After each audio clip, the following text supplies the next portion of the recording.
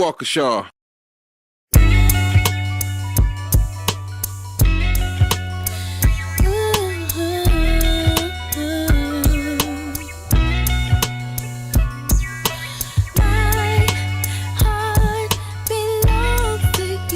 Happy Wednesday, Milwaukee. You are officially tapped in. Good morning.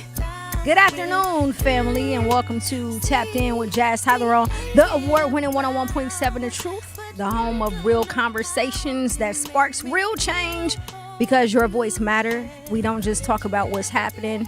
We talk about why it matters, how it affects our community, and what we can do about it. So if you've got an opinion, a question, a story to tell, pull up a seat to the table. Tap in with your girl, 833-212-1017. Today is one of those days. We're going to have some good conversations, y'all. It's been a minute. I know there's a lot that's happening, not only in the state of Wisconsin, but throughout the entire country. And although these things are happening, I want to make sure that we are tapping in with everyday real life. So later this afternoon, we are going to dive into a conversation that has been taken over social media called the Let Them Theory.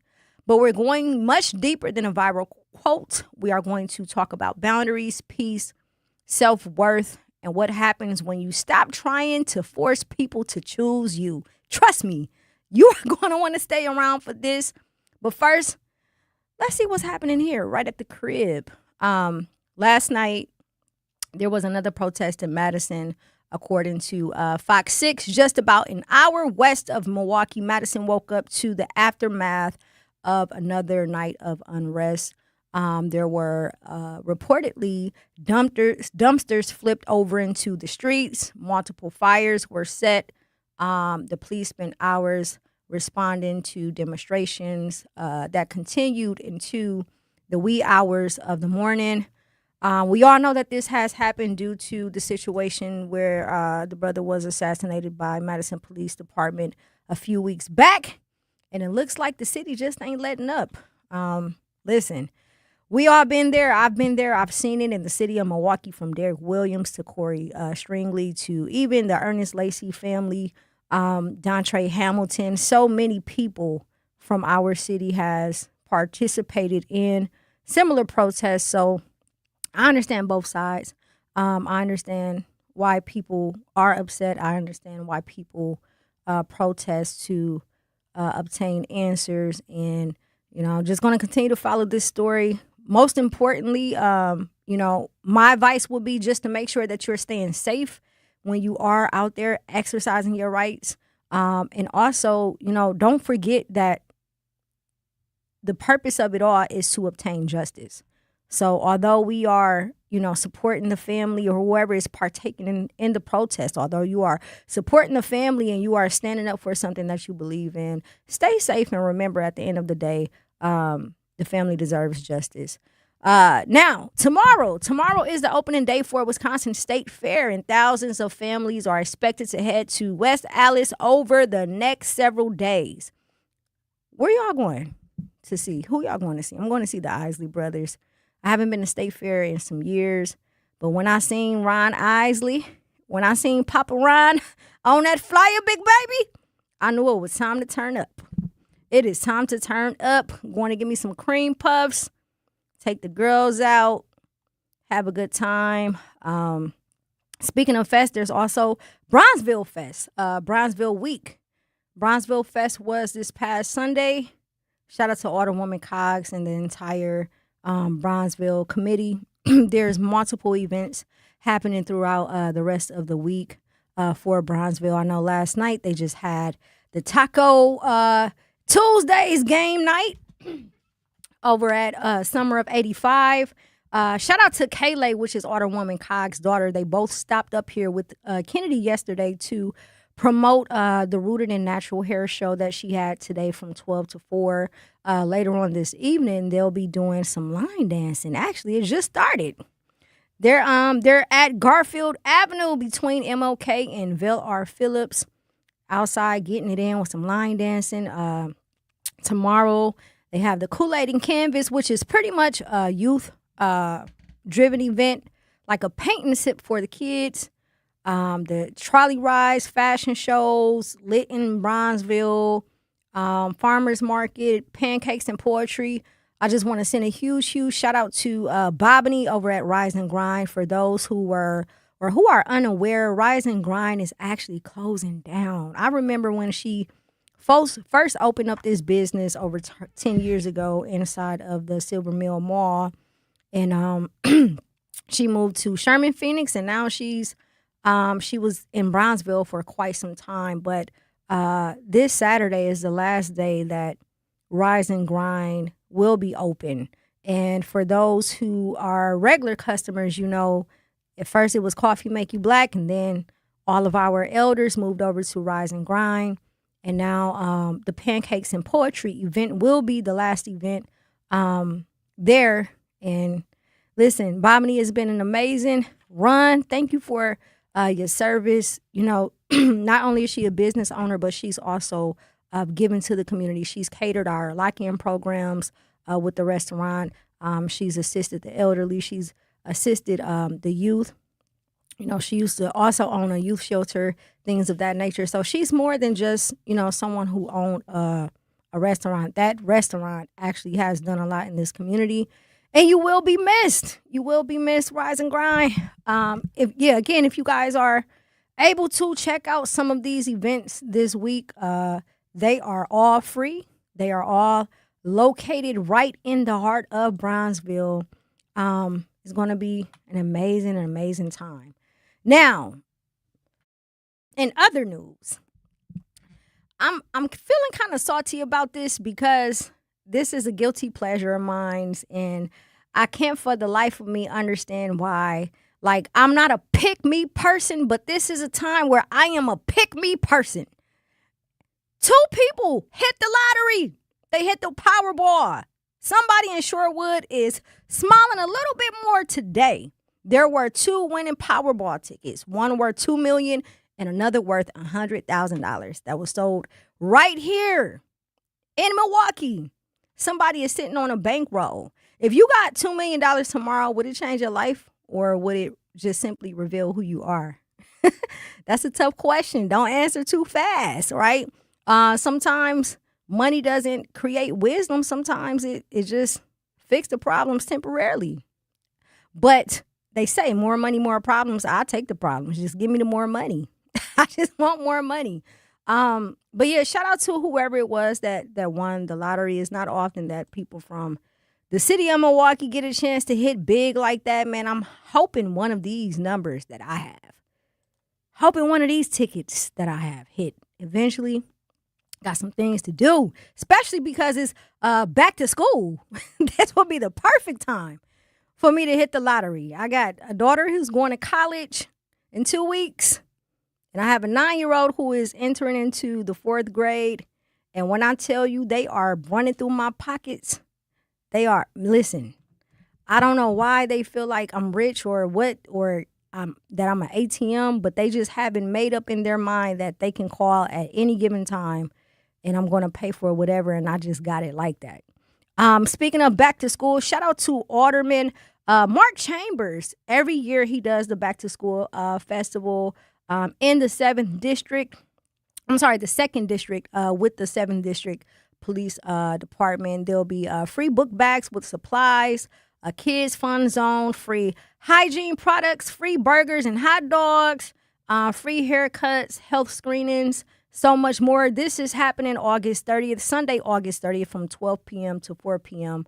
At the Indigenous Peoples Park on 73rd and Cortland, right off of Hampton, and registration is required. This event is something that Mark has been doing since he's been elected. I have attended, and we were talking about this yesterday before we got off air about, our community and setting us up to make sure our babies have everything that they need in order to be successful this school year. And that includes supplies, book bags.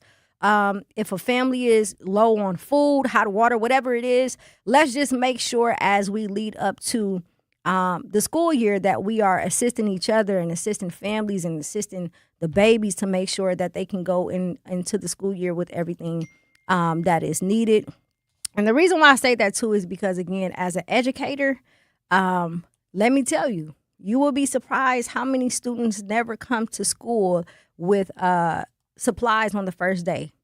They never show up with whatever it is that they needed because sometimes their families just can't afford it. So again, if you have some free time, Sunday, August 30th, make sure you pop out to Alderman Mark Chambers Back to School Festival at the Indigenous Park right off of 73rd in Cortland. They will be giving away some free book bags, health screenings, free school supplies. If you are throwing a community event that's catered towards the youth and them going back to school, please hit us up, 833-212-1017. Leave your information so that we can get the resources out and assist the people with some good stuff.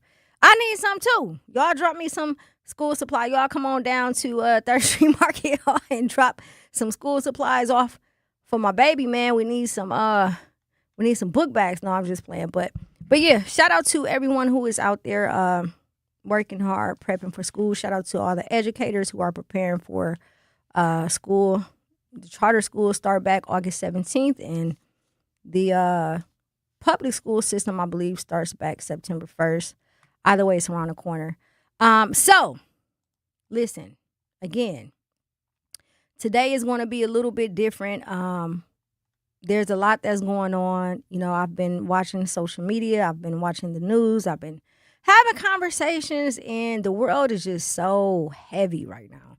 Everywhere you turn left and right, there's, a lot of people dying, a lot of things happening. The politics of it all is just, sometimes I feel like we are programmed to live in misery just based off of the heaviness that comes with life and with, everything that's happening in the world. So today we're going to, lighten it up a little bit, just in the sense of having some real conversations, man. When we come back, we're going to begin a conversation that is going to hit home for a lot of people. It's called the Let Them Theory. I was scrolling through social media and seeing this, and I want to talk about it. Tap in with your girl, Jazz Tyler, 101.7 The Truth. Life's better with Drive My Way from American Family Insurance, because we know it's more than just a car. It's your escape pod, your adventure mobile, your memory maker. And we help protect the dreams that drive you. Personalize what you pay for auto insurance and you could save between 10 and 35%. American Family Insurance. Get a quote and find an agent at amfam.com. Products, pricing, and availability vary based on the way you purchase insurance and by state. Unsafe driving behaviors may increase your rate. American Family Mutual Insurance Company, SI, and its operating companies, 6000 American Parkway, Madison, Wisconsin. We asked parents who adopted teens to share their journey. When I met both of them, it was like my missing pieces were found. Like, it was just like an instant, these are my kids. If you're considering adopting a teen, just do it. Kids need families. I don't care the age. Everybody deserves a family. Learn about adopting a teen from foster care. Visit adoptuskids.org to learn more. A message brought to you by Adopt US Kids, the U.S. Department of Health and Human Services, and the Ad Council. Not completing high school is more of a social thing than it was an academic thing. Even though all these years have passed, I still had that longing to have my diploma. At age 30, Carissa finished her high school diploma. If you're even considering getting your high school diploma, you can do it. No one gets a diploma alone. If you're thinking of finishing your high school diploma, you have help. Find free adult education classes near you at finishyourdiploma.org. That's finishyourdiploma.org. Brought to you by the Dollar General Literacy Foundation and the Ad Council. Hear that? That's the sound of your life. Perfectly imperfect. Beating in rhythm to the world you've created. But every time you drive after drinking, the music gets drowned out. Your life sounds pretty great. Don't let a buzz ruin it. Buzz driving is drunk driving. Don't drive buzzed. A message from NHTSA and the Ad Council. Doctors Without Borders is delivering life-saving medical care where it's needed most in communities around the world. From bandaging war-wounded patients in Sudan to providing clean drinking water in Haiti, we're in more than 70 countries worldwide, bringing patients from sick to recovering, from emergency to aid, from crisis to care. This life-saving care is made possible by a global movement of supporters like you. Thank you.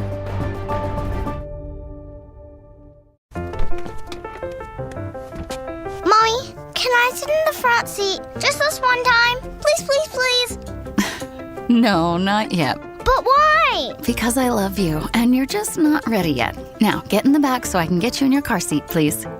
Putting your kids in the right seat for their age and size is an act of love. Check that your kids are in the right seat at NHTSA.gov/the right seat. Love protects. A message from NHTSA and the Ad Council.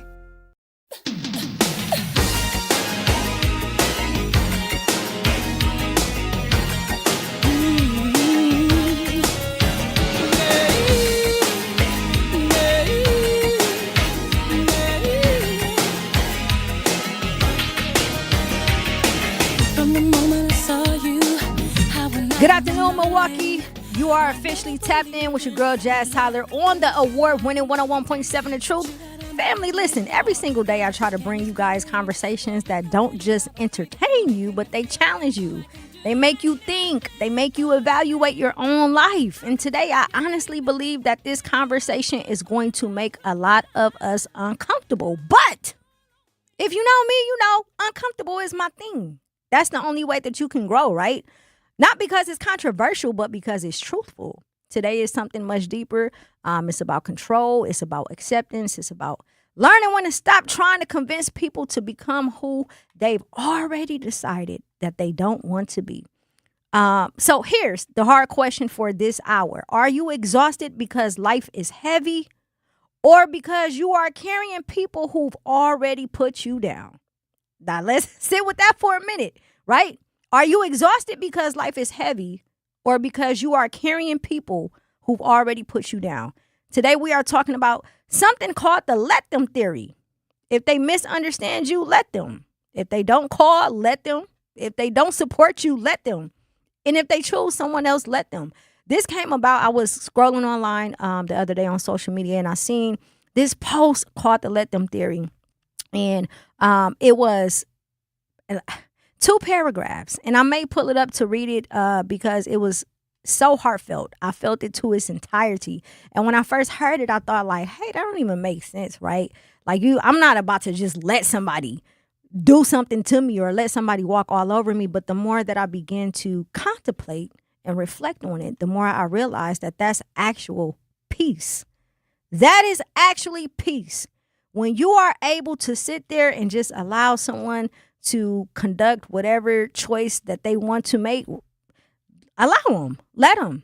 It shouldn't affect you in the way that you want it to, primarily because you didn't make that decision. You did not make that choice. The more that we become okay with the choices that people make, the easier, life gets. So the let them theory says that if someone wants to act a certain way, let them. If they misunderstand you, let them. If they don't talk to you, let them. Or if they treat you inconsistently, let them. Not because it doesn't affect you, but because their actions already gives you information about who they are and what they want. If that's not peace, I don't know what that is. So I want to talk to the ladies specifically on this one. Why are we so good at extending grace to everyone except ourselves, right?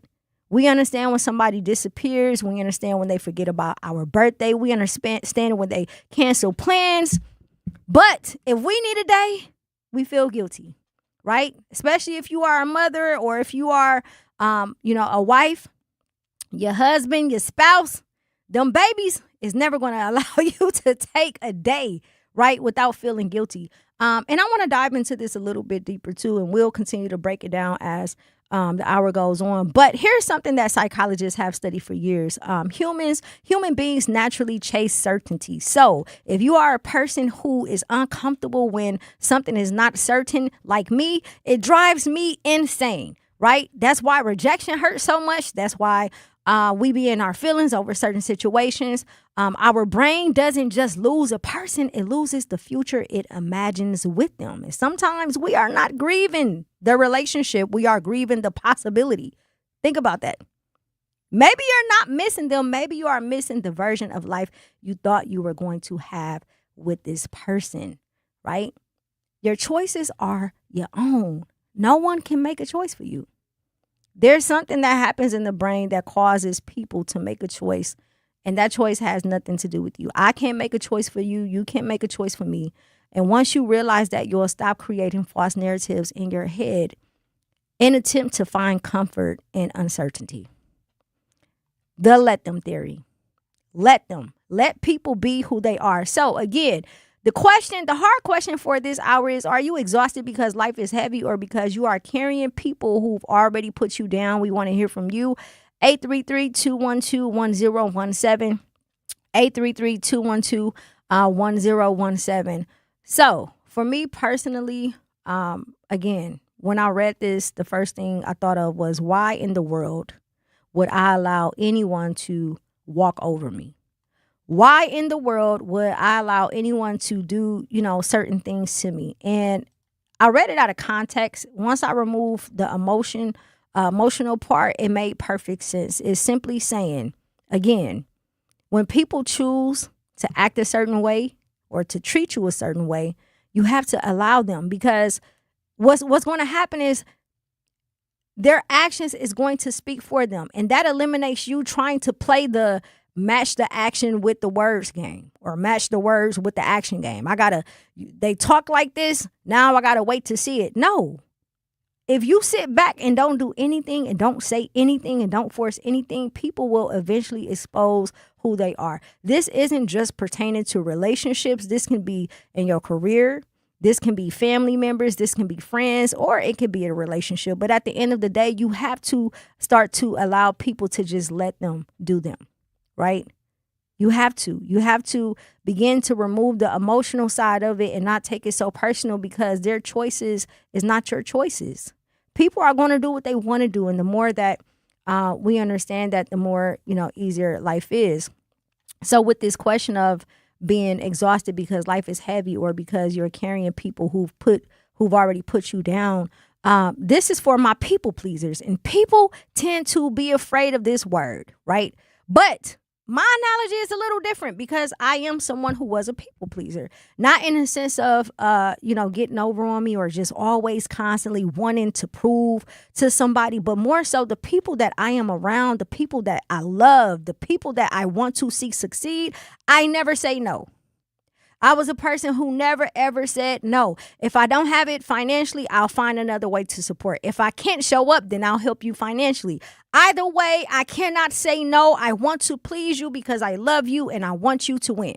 And this is the most unhealthy thing, right? So a lot of the heaviness, a lot of the exhaustion, a lot of the, being tired and the functional depression comes because we are not letting down people who have already let us go.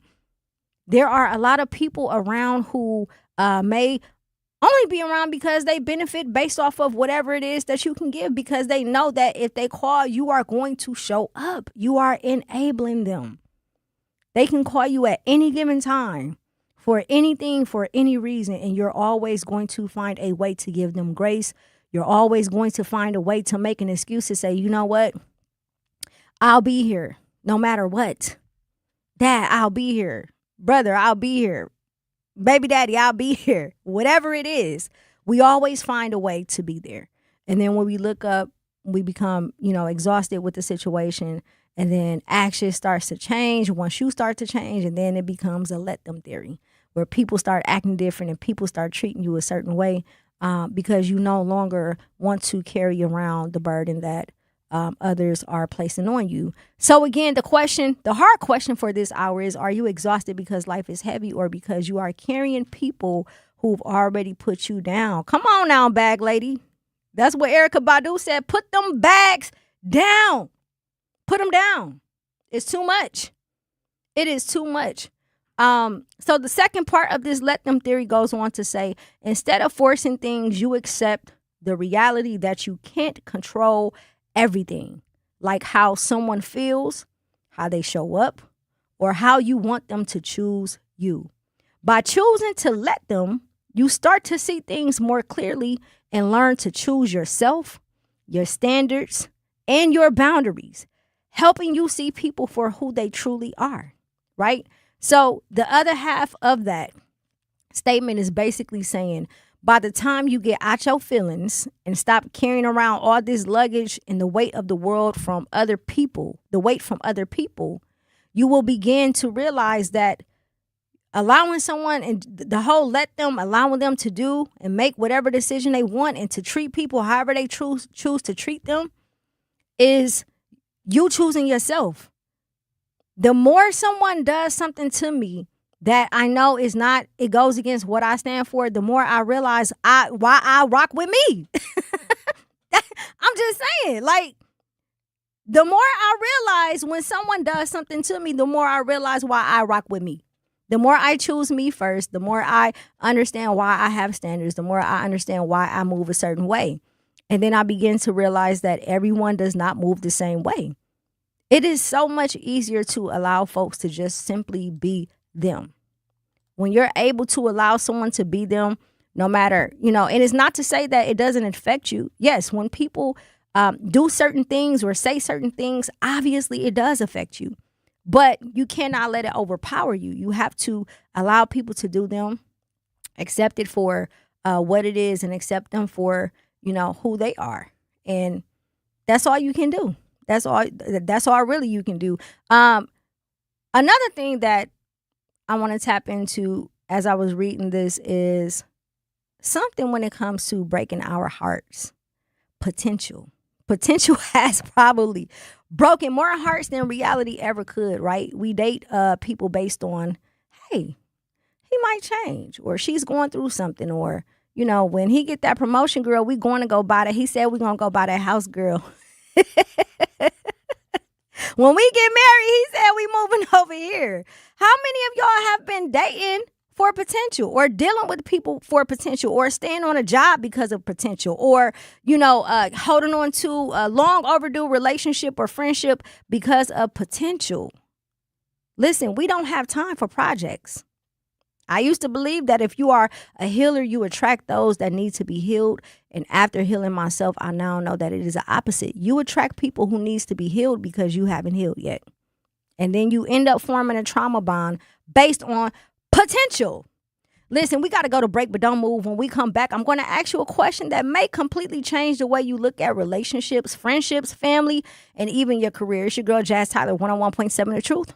Milwaukee, are you ready to level up? Your journey to financial freedom, wealth building, entrepreneurship, and personal success starts right here with On the Journey with Coach Erica. Join Coach Erica Odom for live, real, impactful conversations that educate, motivate, and empower you to take control of your financial future and build the life you deserve. Listen live every other Saturday beginning September 12th from 11 a.m. to noon, and catch the replay the following Sunday from 11 a.m. to noon, only on 101.7 The Truth. Discover more at ericaodomjourney.com. Yi Lang Zhang was born in Warsaw, the son of refugees who fled communism in search of freedom. His parents taught him that freedom comes with responsibility. And for Yi, that means being accountable to every person he serves. School board treasurer, county supervisor, village trustee, a nonprofit leader. Yi Lang Zhang has managed multi-million-dollar taxpayer budgets at every level. And now, he's ready to be a watchdog for Wisconsin. That's why Yi is endorsed by Senator Tammy Baldwin. Baldwin says Yi brings, quote, real budget experience from the school board, the county board, and the nonprofit world. She says he'll, quote, protect our school trust funds, return unclaimed money to families who earned it, and bring accountability to an office that demands it. Yi Lang Zhang for state treasurer, a watchdog for your money. Paid for by Yi for Wisconsin. In sitcoms, when someone has a problem, they just blurt it out and move on. Well, I lost my job and my parakeet is missing. How was your day?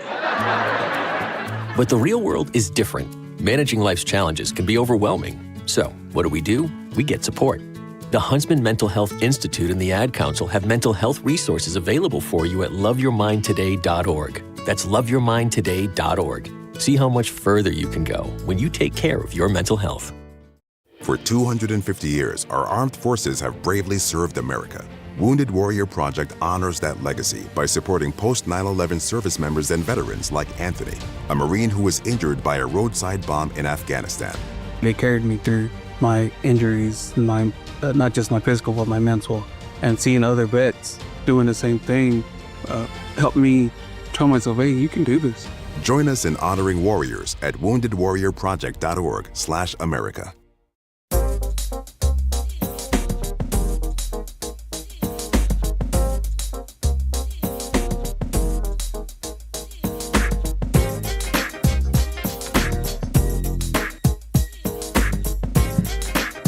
101.7 The Truth. It's your girl, Jazz Tyler. You are officially tapped in on the award-winning 101.7 The Truth. Happy Wednesday, Milwaukee. Before we went to break, we were talking about the let them theory. I was scrolling on social media the other day, and I ended up running across something that caught my attention. And initially when I read it, I was like, yo, this don't make sense. Like, why in the world would I just allow someone to treat me a certain way? You know, taking it all out of context. And once I got a chance to sit with it and think about it and actually have some conversations with my sisters and my friends, it made sense. It basically, to me, in a synopsis is saying peace.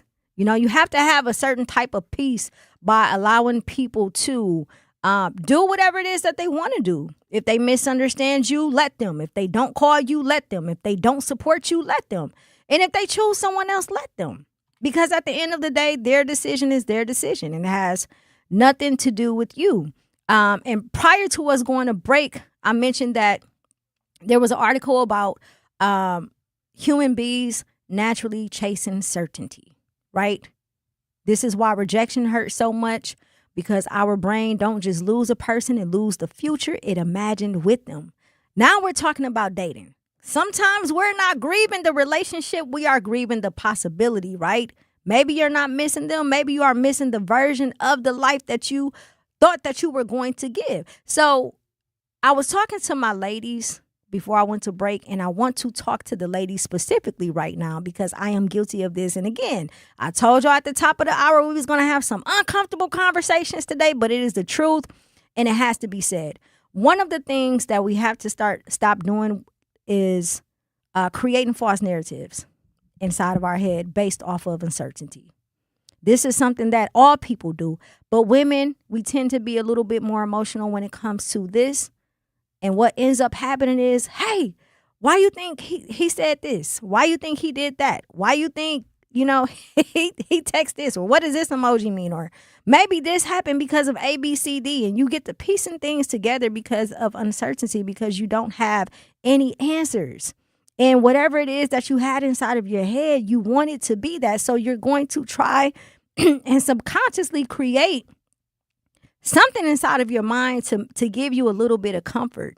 It reminds me of that Tevin Campbell song. Is it the I'm Ready or no, the other one when he talks about how he was, watching her from across the room and in his mind, they was together. This was his girlfriend, but he ain't never said nothing to the lady. The way somebody broke it down on social media, it was kind of creepy. It's like, hold on. You mean this whole time I'm singing this song not knowing that this is not really happening? This is something that this man is fantasizing about. That's what happened when you begin to create false narratives in your mind, right? And you do it, it's a defense mechanism. You do it because you don't want to get hurt. You don't like rejection. You don't like uncertainty, right? You don't like any of those things. So you begin to create these narratives subconsciously. And then when the actions don't match the false narratives that you created inside of your own head, you begin to behave a certain way. And then this is where the let them theory truly comes in these circumstances. Meaning that your actions is going to cause someone to, hey, I don't want to do this, or I don't want to do that, or I'm not going to talk to you. I'm going to push myself away. I'm going to, kind of finesse you, or whatever the case may be.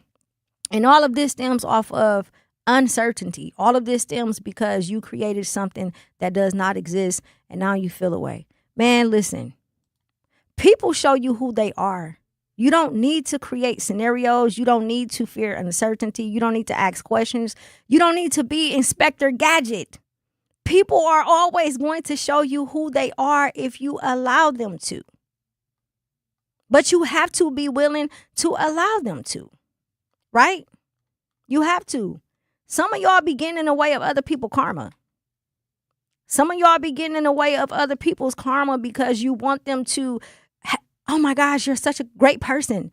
I see so much potential in you. Again, we don't need projects. I'm not out here looking for a project to build. Grace, understanding, and all of that combined is what gets us women in situations that we have no business being in. I am not here. You shouldn't be here to convince anybody anything. Why they should prove or show you. They're going to. They're going to show you with their actions. Again, if you sit back and allow someone to do whatever, to be who they truly are, you will miss having to play the words match actions match word game. I don't know if y'all ever played that game before, but baby, let me tell you, it's a lot. It is a lot. Trying to wait on someone to prove that their actions, their words matches their actions. How long? Because let's be clear, we from Milwaukee. We know that everybody got a finesse bone in their body around here. So if somebody really, really wanted to play a game, they could really play that game. Again, that's why when you step back and allow someone to just be them, you don't have to play the words match actions game, because the actions is going to prove everything. So just for those who are joining us, I was stating that we are talking about the let them theory. I was scrolling on social media and seeing this and was taken back a little bit at first, but the more I began to have some conversations with my friends and sit back and think about it, it made perfect sense to me. The let them theory says that if someone wants to act a certain way, let them. If they misunderstand you, let them. If they don't talk to you, let them. If they treat you inconsistently, let them.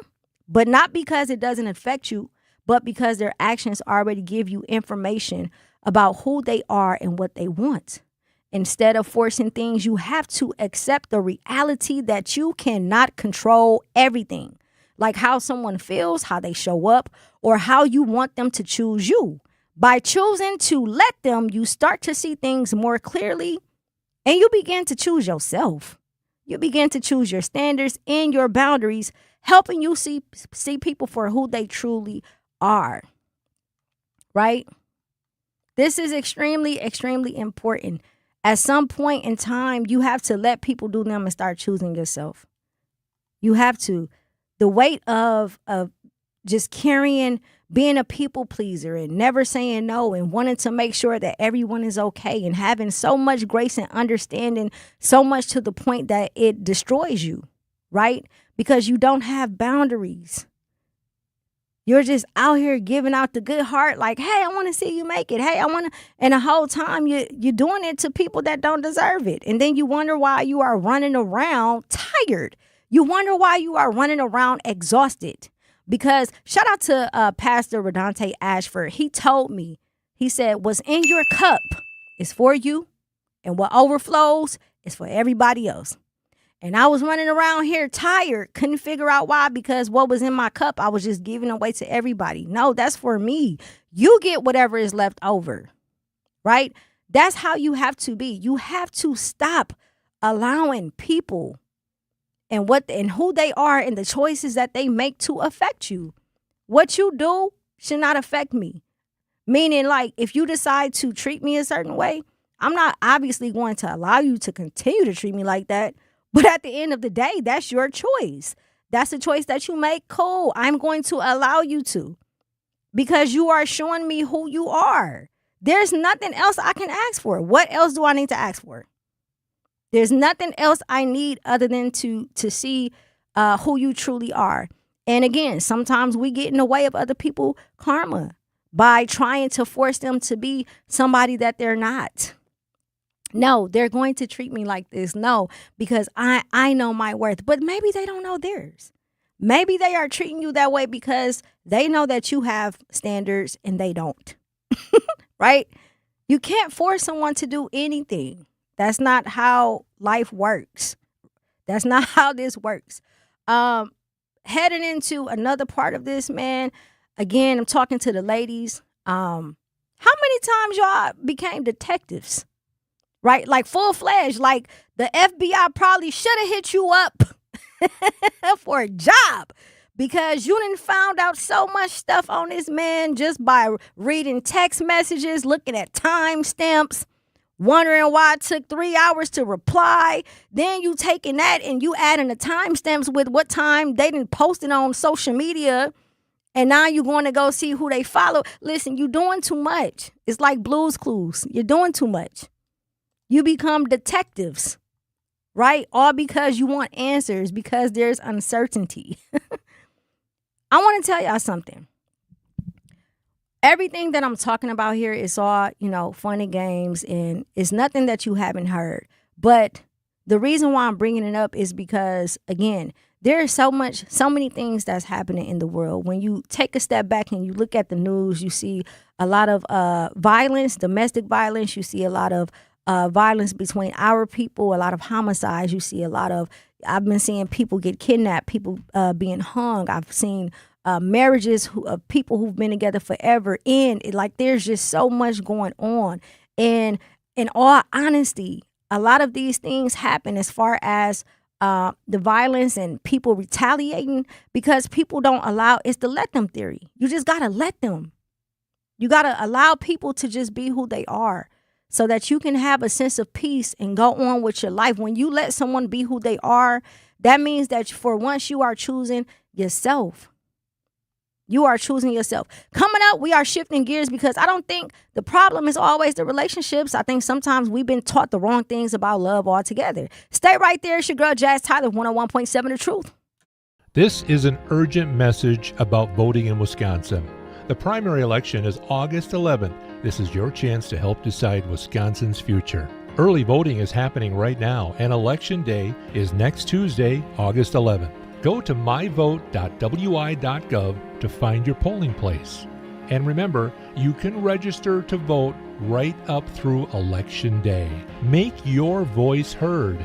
Go vote. Paid for by Wisconsin Future Rising. Yi Leng Zhang was born in Warsaw, the son of refugees who fled communism in search of freedom. His parents taught him that freedom comes with responsibility. And for Yi, that means being accountable to every person he serves. School board treasurer, county supervisor, village trustee, a nonprofit leader. Yi Leng Zhang has managed multi-million-dollar taxpayer budgets at every level. And now he's ready to be a watchdog for Wisconsin. That's why Yi is endorsed by Senator Tammy Baldwin. Baldwin says Yi brings, quote, real budget experience from the school board, the county board, and the nonprofit world. She says he'll, quote, protect our school trust funds, return unclaimed money to families who earned it, and bring accountability to an office that demands it. Yi Leng Zhang for State Treasurer, a watchdog for your money. Paid for by Yi for Wisconsin. In the United States, a vehicle is stolen every 31 seconds, about as long as this message. Luckily, you can take a few easy steps to protect your car in the same amount of time. Remove your valuables, roll up your windows, don't leave your car running unattended, lock your doors, and take your keys or fob. If you have information about a crime, call the police. If you suspect insurance fraud, also call 800-TEL-NICB. A public service message from the National Insurance Crime Bureau. I always had to be so good, no one could ignore me. Carve my path with data and drive. But some people only see who I am on paper. The paper ceiling, the limitations from degree screens to stereotypes that are holding back over 70 million stars. Workers skilled through alternative routes, rather than a bachelor's degree. It's time for skills to speak for themselves. Find resources for breaking through barriers at tearthepaperceiling.org. Brought to you by Opportunity at Work and the Ad Council. Woo! Y'all ain't know how, right? Let's go. No masterpiece. 101.7 The Truth. You are officially tapped in with your girl, Jazz Tyler. Make sure you like and subscribe to our YouTube channel, 101.7 The Truth, and follow us on social media at 101.7 The Truth. Tap in MKE, the Jazzy Effect, EFFECT. Shout out to everyone who is listening to us, whether you are at work, at home, or in your car in that horrible traffic. Shout out to the chat. Madi says people needs to stop lying to themselves. He'll deal with that trauma and brokenness. Nobody asks to be a part of that. Exactly. That part. And you just said a mouthful, Madi, because at the end of the day, the way that I operate and the way that a lot of, the people I'm around operate is honesty. Not honesty, I'm sorry, truth, because honesty and truth are two different things. Honesty is what you want it to be, and truth is just the truth. And when you're dealing with the truth, it's easier to accept, things and people. So it's like, just tell me the truth and give me the option. If you don't tell me the truth, I don't have the option to decide on what I want to do. You are consciously removing that choice from me. That's why I always say just, hey, I don't have to be a part of it if I would have known, if you would have just kept it funky from the beginning, right? He also said, I learned people show you who they are. When people show you who they are, believe them. Exactly. Believe them. So before we went to break, I asked a serious question pertaining to, fighting for people who've already made their choice, right? Are you exhausted in life because life is hard, or because you are constantly carrying around the weight of other people? You are being a people pleaser. You are, and what I mean by that is, because I was someone who was a people pleaser. That's not someone that you can walk over, but it's someone who loves everyone around them so much and they want to see them win that they have a hard time with telling them no, right? Doesn't matter if it's at work, if it's at home, if it's family, friend, spouse, whatever. If it's not you, you know someone like that.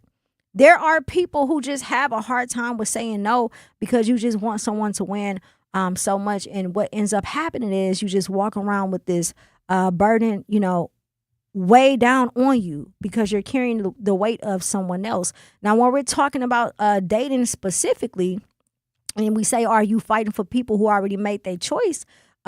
Is your life hard? Are you exhausted because life is hard, or because you are choosing someone who basically hasn't chose you? You want someone to tell you what it is that they're doing when they're showing you, right? We're talking about the let them theory. You just got to let people do them. If they don't communicate properly, let them. If they choose to act inconsistently, let them. It does not mean that you're allowing them to do it continuously, over and over, obviously, because you have self-worth. But initially, if someone does respond or, has a display a certain type of actions towards you, the best thing to do is just to simply let them, and it brings so much peace. So, as we get into the next segment of this, I was thinking about the fact that maybe all along when it comes to relationships, we've been lied to. What if the biggest problem isn't always the people we dated, but what if part of the problem is what we've been taught about love, right? Somewhere along the way, someone told us or showed us that love means suffering. Love means proving yourself constantly. Love means waiting. Oh, I'm going to wait 20 years to get that wedding ring because I put in a lot of work, right? I was there with him when he didn't have no job. I was there with him when he got to the top, or I was there with her when she was living with her mother, so on and so on. I'm sticking around because love means waiting, or love means fixing somebody. Right? Love means staying no matter what. And I know y'all feel me on this, especially if you have, if you grew up in a household where the elders were married for so long, like your grandparents or your great grandparents, because a lot of them didn't want to be in a relationship anyways, right? They was tired. Big Mama was tired, but hey, what can she do? We have children. This is what love is supposed to look like, right? But who decide these things? Who decided? What is the biggest lie you've ever been told about love? Is it the ride or die mentality? Is it the happy wife, happy life? If they love you, they'll change. Like, I've heard these things multiple times. I can't say that at any age I've ever agreed with anything other than the ride or die. And the reason being is because when you come from a certain environment, you are trained to believe that in order to have a successful relationship that involves genuine love, that you have to be down for whatever. That means that this person can take you through hell and back. And for some strange reason, we associate that with love. We associate people causing us pain and people taking us through trials and tribulation with love. That does not make any sense whatsoever. Madi says, love is a false narrative. Man, listen, I am not going to allow you to treat me a certain way just to prove What they say on 5 Heartbeats, every night I got to fight to prove my love. I'm not doing it. You can't treat me a certain way and then expect for me to think that that means love because I put up with it. Or even the saying that guys say, happy wife, happy life. When I hear a man say that, I feel so sorry for them. Like, genuinely, I feel sorry for them because that means that whatever the wife says, it doesn't matter whether they agree or not. Their feelings doesn't matter. Their thoughts doesn't matter. Their opinions doesn't matter. Nothing matters. They're just strictly trying to make sure that their wife is happy so that everybody around them is happy. And men often joke like this all the time. Hey, man, happy wife, happy life. Yeah, but to what extent? To the extent of you putting your feelings and yourself on a back burner just to avoid an argument?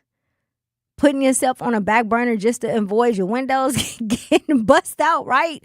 What is the biggest lie you ever been told about love? So when we're combining these things, when we've been taught to, put up with certain things or don't leave or you stick around, ride, be his ride or die, on top of the uncertainty, right?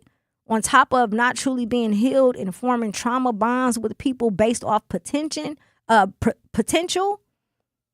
then you end up in situations like the let them theory. That's the end result. The end result is whatever actions they choose to display. Because believe it or not, people know what they be doing. People know exactly what they be doing. If they treat you a certain way, they're doing it because you are allowing them to. And it does not necessarily always mean that they feel like you're a bad person or that they don't know. Sometimes they do it because they know you're a good person. And then you get to the point where it's like, I'm tired, I'm exhausted, I don't want to deal with this anymore. Now my behavior is I'm going to start acting like this. And then this person in response is going to do this. And now I'm digging for answers because I can't understand why they're doing this. They've been showing you from the beginning. They've been showing you from the beginning exactly who they were. If you are just now joining us, we are talking about the let them theory. I was scrolling on social media the other day. And it's not necessarily a trend. I'm not big on, just diving into things that I find on social media, but this was interesting. The let them theory was very, very interesting. It basically is just saying, if someone makes you feel a way or if someone treats you a certain way, you have to let them. If they misunderstand you, let them. If they don't call you, let them. If they don't support you, let them. Especially the support piece, right? I was the person who always showed up to other people's house. I'm coming over. I'm coming to see you. Hey, I'm reaching out. Let's go do this. Let's go have lunch. Let's go have dinner. And that's because I've been in so many situations in my life where I probably would have not been here, like alive. So I value relationships and I value my time and I value my people. And I started to sit back and think, how many of those people reach out to you? How many of those people say, hey, Jazz, let's go grab a cup of coffee, or let's go hang out and do this, or do you need help with anything, or how can I support you? So now I let them. I'm not asking you to do anything that you don't do for me.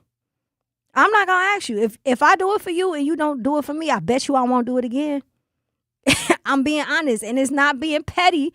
It's not, feeling away. It's just removing that, again, what's in your cup is for you, and what overflows is for everyone else.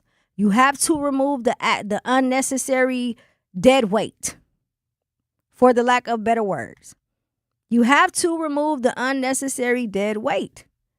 That's the only way that is going to work. Hughes Views 414 says, if a man is in a happy wife, happy life relationship, he deserves to cheat. I don't know if I can condone the cheating piece, you know what I'm saying? But to your point, I understand exactly what you mean. Sorry, Sherry, I didn't know. I understand exactly what you mean, primarily because, again, it goes back to what I was saying. If you are putting yourself to the side, your thoughts, your feelings, everything, just to please your wife, you are not happy. Run. You don't need to be there. I've seen it. I was one of them. I'm being honest. I'm telling you, I used to get on my ex-husband nerves so bad by the end of the divorce. It's just like, hey, man, listen, Whatever you say, it's fine with me. I just don't want to argue. I don't want to have any back and forth. I don't want to do any of those things. It is what it is. Happy life, happy wife. If you are in that situation, run. Listen, grab your phone, text somebody, tell them to tune in, because after break, we are about to challenge everything we've ever been taught about relationships. You hear me? 833-212-1017. I want to hear from you. It's your girl, Jazz Tyler, 101.7 The Truth. I'm Chris Jakimick. I served in the United States Air Force, and I deployed 3 times. So in 2017, I was serving as an Air Force First Sergeant. Our motto in that role is, my job is people, everyone is my business. But unfortunately in that year, I would lose my own brother, Lance Corporal Adam Jakimick, to suicide. The majority of veteran suicides are from guns. I store my weapons securely, not only for myself, but for my family. Store all your guns securely. Help stop suicide. My service never stops. Brought to you by End Family Fire and the Ad Council. Milwaukee, your weekdays have a new rhythm. Start your mornings with conversations that matter. Again, I'm the legendary Homer Blow, along with my girl, Bailey Coleman. Truth in the morning with Homer Blow and Bailey Coleman. Weekdays, 7 to 9 a.m. Then keep it locked with the voice of the community. And the more you know and the more skills you have, the more training you have, the better off your community is. The Truth with Sherwin Hughes, 9 a.m. to noon. Lunch is on us. Turning up your midday vibe. It's your boy Ray Nitty and my co-host Maybe Shannon. It's the lunch break with Ray Nitty and Maybe Shannon, noon to 2 p.m. And don't stop there. Keep the conversation going with The Grapevine with Manan Sabir. That's right, I'm your host, Manan Sabir. Bringing the stories and voices you need to hear, 2 to 4 p.m. Then we're closing out your day with energy. Lots of it. It's your girl, Jazz Tyler. We are live and direct. Tap in with Jazz Tyler every afternoon, 4 to 7 p.m. Your home for Milwaukee conversations. The award-winning 101.7 The Truth. And here's Heather with the weather.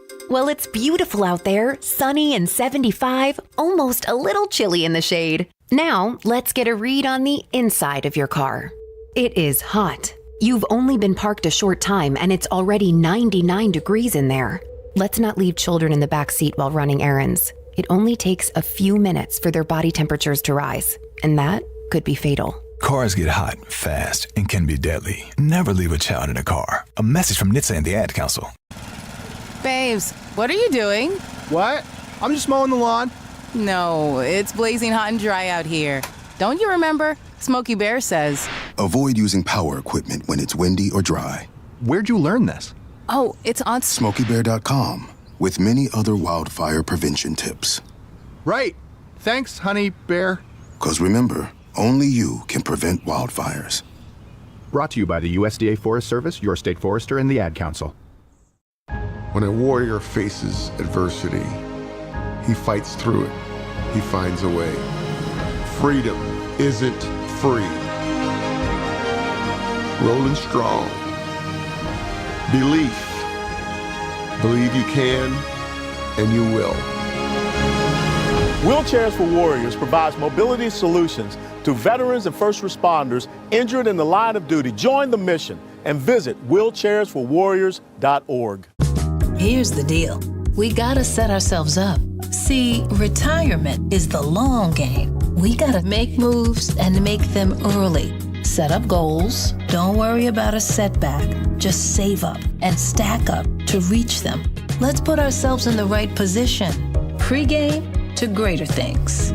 Start building your retirement plan at thisispretirement.org.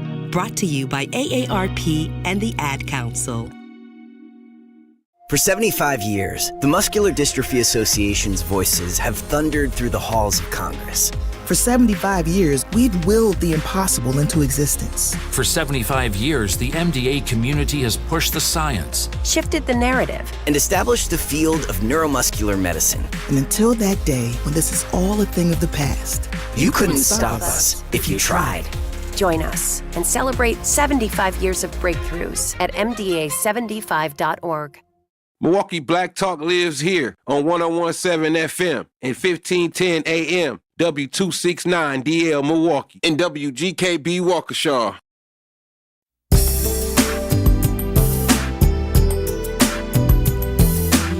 Welcome back to Tap In with your girl Jazz Tyler on the award-winning 101.7 The Truth.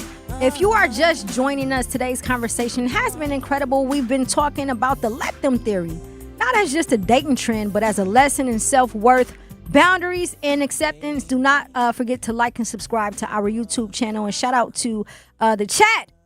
Sherwin says he does not agree with the happy life, happy wife. I don't either. If there's any husbands out there who are currently experiencing this, and you have been affected by the happy wife, happy life, please call 833-212-1017. He says, Jazz, would you ever marry again? Absolutely would. I absolutely would. I am not a woman. I am a lover girl. I am a woman. You know, I believe that in order to move through life and to complete it, the way that you should, you have to have your counterpart. Madi says, I've been there, done that. She ran through my bank accounts, took random dudes around my children. Be careful who you love. I had her in the suburbs in Burlington, Wisconsin. Good credit, and she still fumbled the bag. Man, listen, it's all bad, Madi. We got a caller on the line. Sam, are you there? I am here. Can you hear me, Jess? Yes, thank you so much for tapping in with us. How are you today? I'm doing pretty good. I want to address a couple of things. One is I'm listening every night and letting you know you do an excellent job. Just finally had a chance to call in. Thank you. I wish I could have got in when you had the Homer Blow show going on. I used that man over the years for parties. That man that did weddings, did my kids' wedding, did family members. So I couldn't get in on there, but I'm listening. I'm chiming into you doing a great job, and tonight's topic it hits home. I know folks who experience that, man, just trying to please folks, and you feel for them, but in the end, they end up not even pleasing the person or themselves. You never win when you overdo that like that. So, great topic, and just wanted to just reach out and let you know I love your show, and keep doing your thing. Appreciate you. Thank you so much. Peace and love. Thank you. I'm from the mill. I ain't trying to tell all my business. I'm from the mill, but when I'm not only from the mill, but I'm from North Division, so I'm deep in it. Oh, you over there? I see it. I see it. All right, have a good one. You as well. Thank you so much. Robert Land says, after my third wife, I promised myself I wouldn't get married again. Listen, Rob, I don't know how you got to your third wife, but my advice would be, if you do not want to marry again, I would completely understand that. I would. It sounds like, hey, again, no judgment here. At least you were married, right? At least you're not just out here just community, all around willy-nilly, man. I get it. We have another caller on the line. Brother Love, are you there? Hey, Jess, how you doing today? I am doing good. Thank you so much for tapping in with us. How are you? I'm feeling real good, Jess. I just want to comment on this let them go theory. Yep, let them. So the let them theory is basically saying that when people choose to behave a certain way towards you, you just let them. If they misunderstand you, if they play you, if they don't support you, you just have to let them. Right, and that's so true, Jazz. And what I never, and all of my sisters, all of my cousins, I never had nobody in my family or women that I met involved in any type of domestic violence situation. So, but evidently, there's a problem in the country with that, as I hear people talk. So what I would like to do is I ride past a graveyard tonight, and they there. I might as well ask: Is there anything that you would have did different than letting someone you love take your life?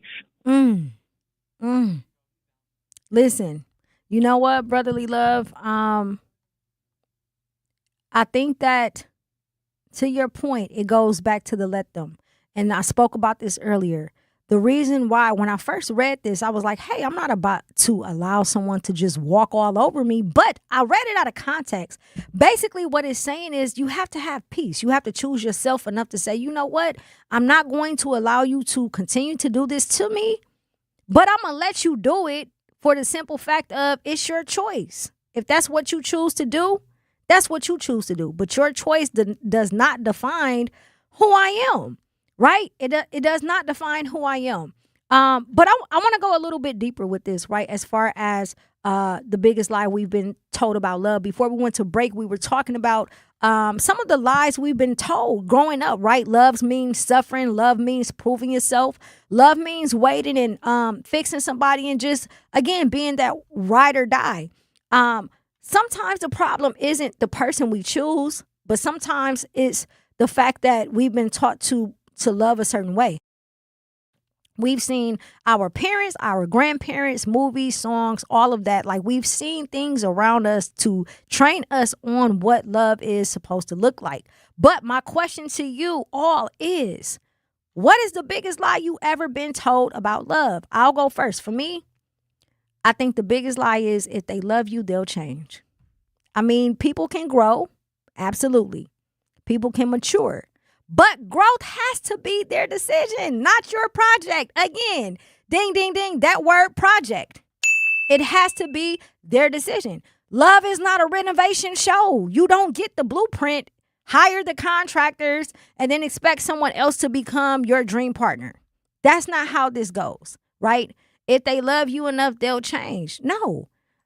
Why are you in the business of trying to change somebody anyways? Again, that goes back to creating that false reality in your head that does not exist.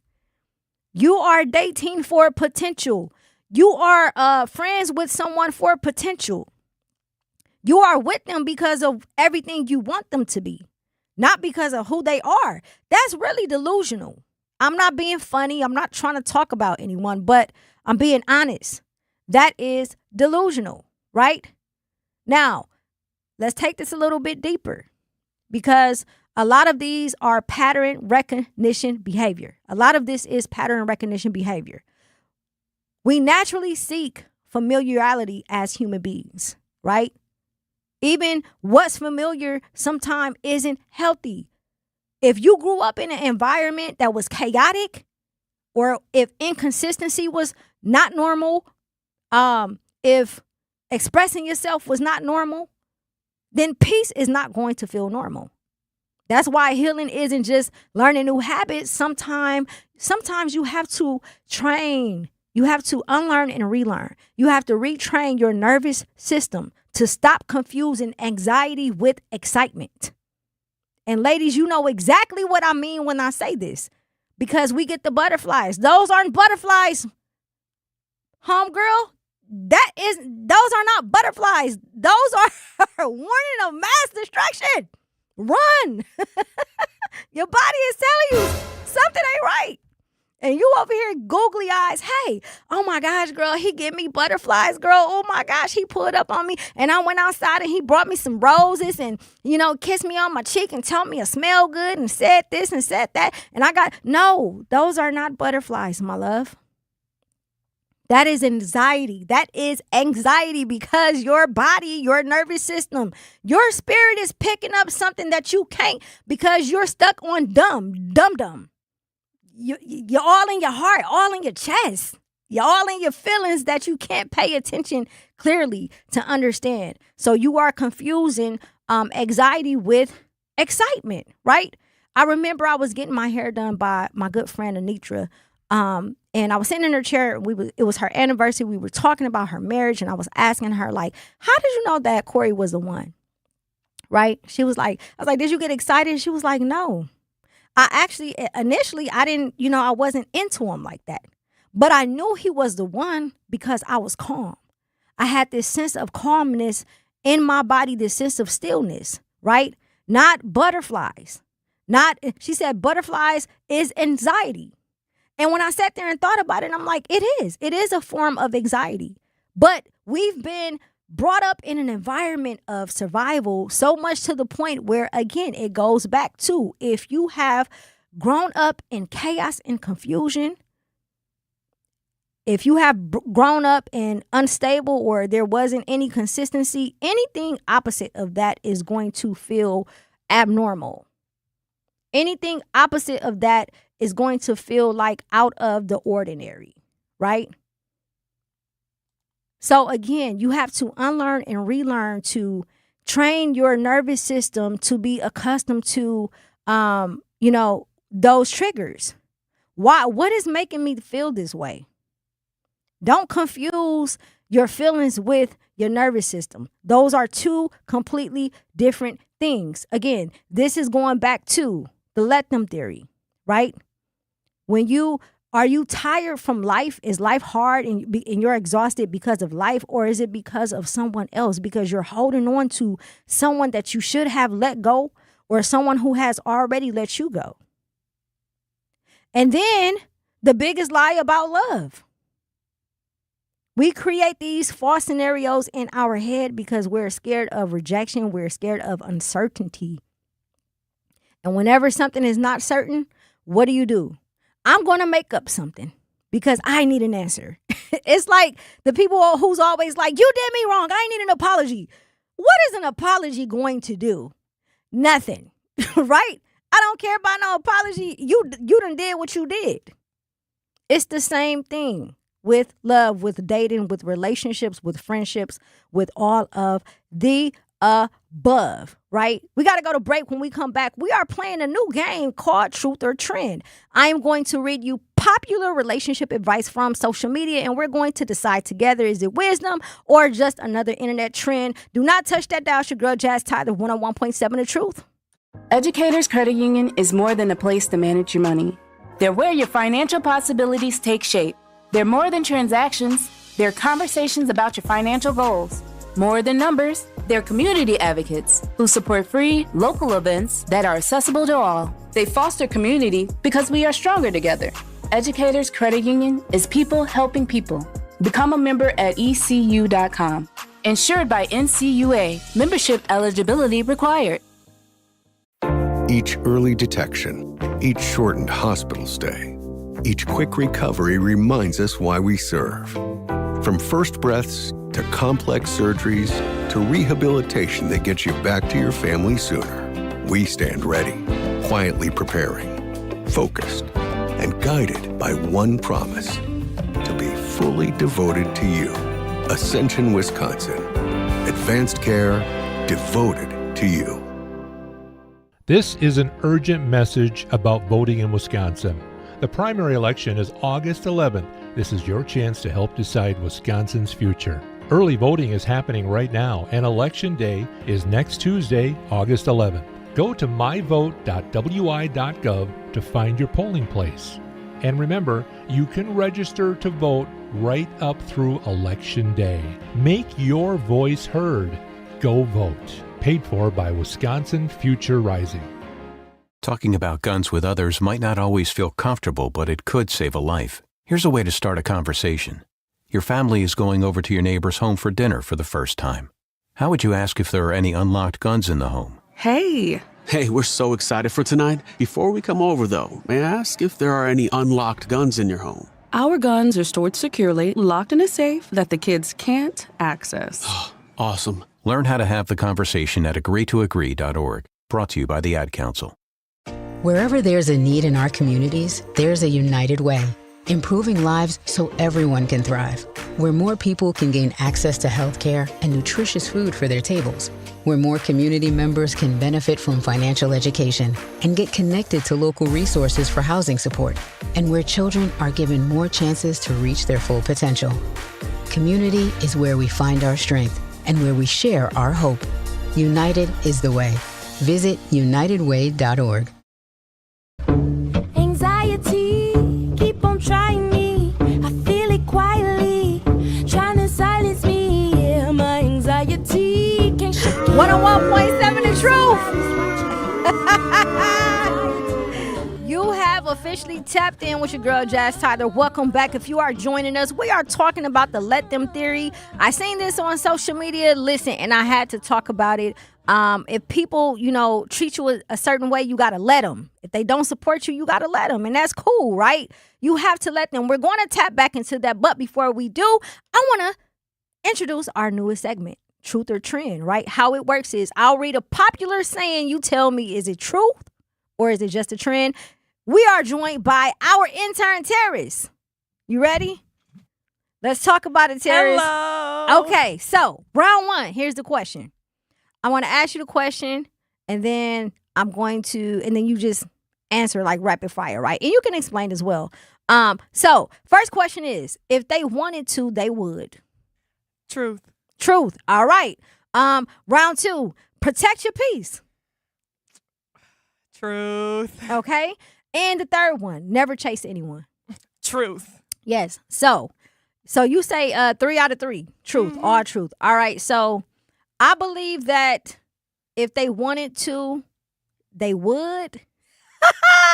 That's truth for sure. Yes. I agree, because you are making a conscious decision to say, hey, I don't want to do that. Or yes, I do want to do that. Right? People make time for and who they want.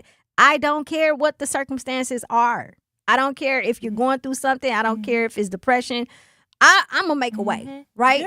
Yeah. Now, the protect your peace. So this is tricky for me because I do protect my peace by any means, but I feel like social media has made it such a trend. Yeah, What do you think? It depends. I feel like it depends, yes. Do you think that it's the truth, but social media made it a trend, so now it's kind of watered down? Yeah. It's giving people, they don't have to try as hard, I feel like. Yes. They think that. All right. So the never chase anyone, like, is that healthy, or does every meaningful relationship require somebody to make the first move at some point?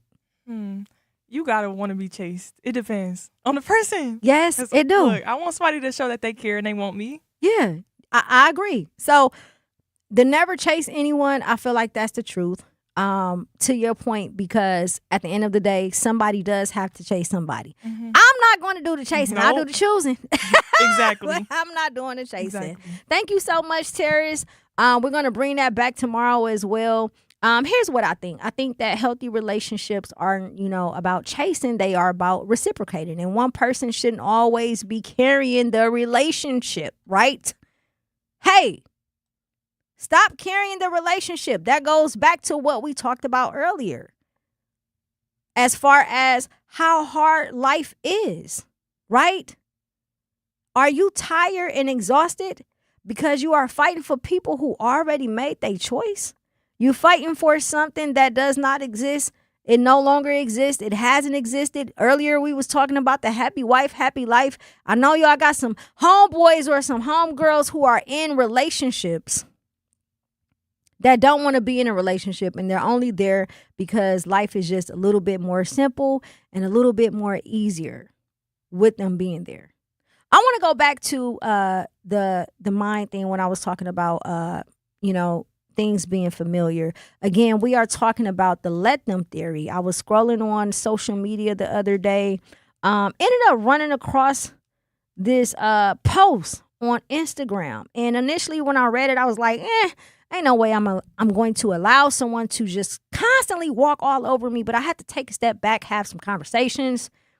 And then I began to reflect and think like, oh, I get it. So the let them theory says that if someone wants to act a certain way, you have to let them. If they misunderstand you, let them. If they don't talk to you, let them. Or if they treat you inconsistently, let them. But not because it doesn't affect you, but because their actions already give you information about who they are and what they want. So for those who are joining us, I mentioned earlier, when you allow someone to just expose themselves, it eliminates you having to play the words matches action game. And if you are a lady, well, this goes for anybody, but specifically to the women. If you are a woman who is in the dating world, you know exactly what I mean. Oh, you are going to spend time trying to add up if the actions are matching the words when the actions are already giving you the actions and the answers to begin with, right? The second part goes on to say, instead of forcing things, you accept the reality that you can't control everything, like how someone feels, how they show up, or how you want them to choose you. By choosing to let them, you start to see things more clearly, and you learn to choose yourself.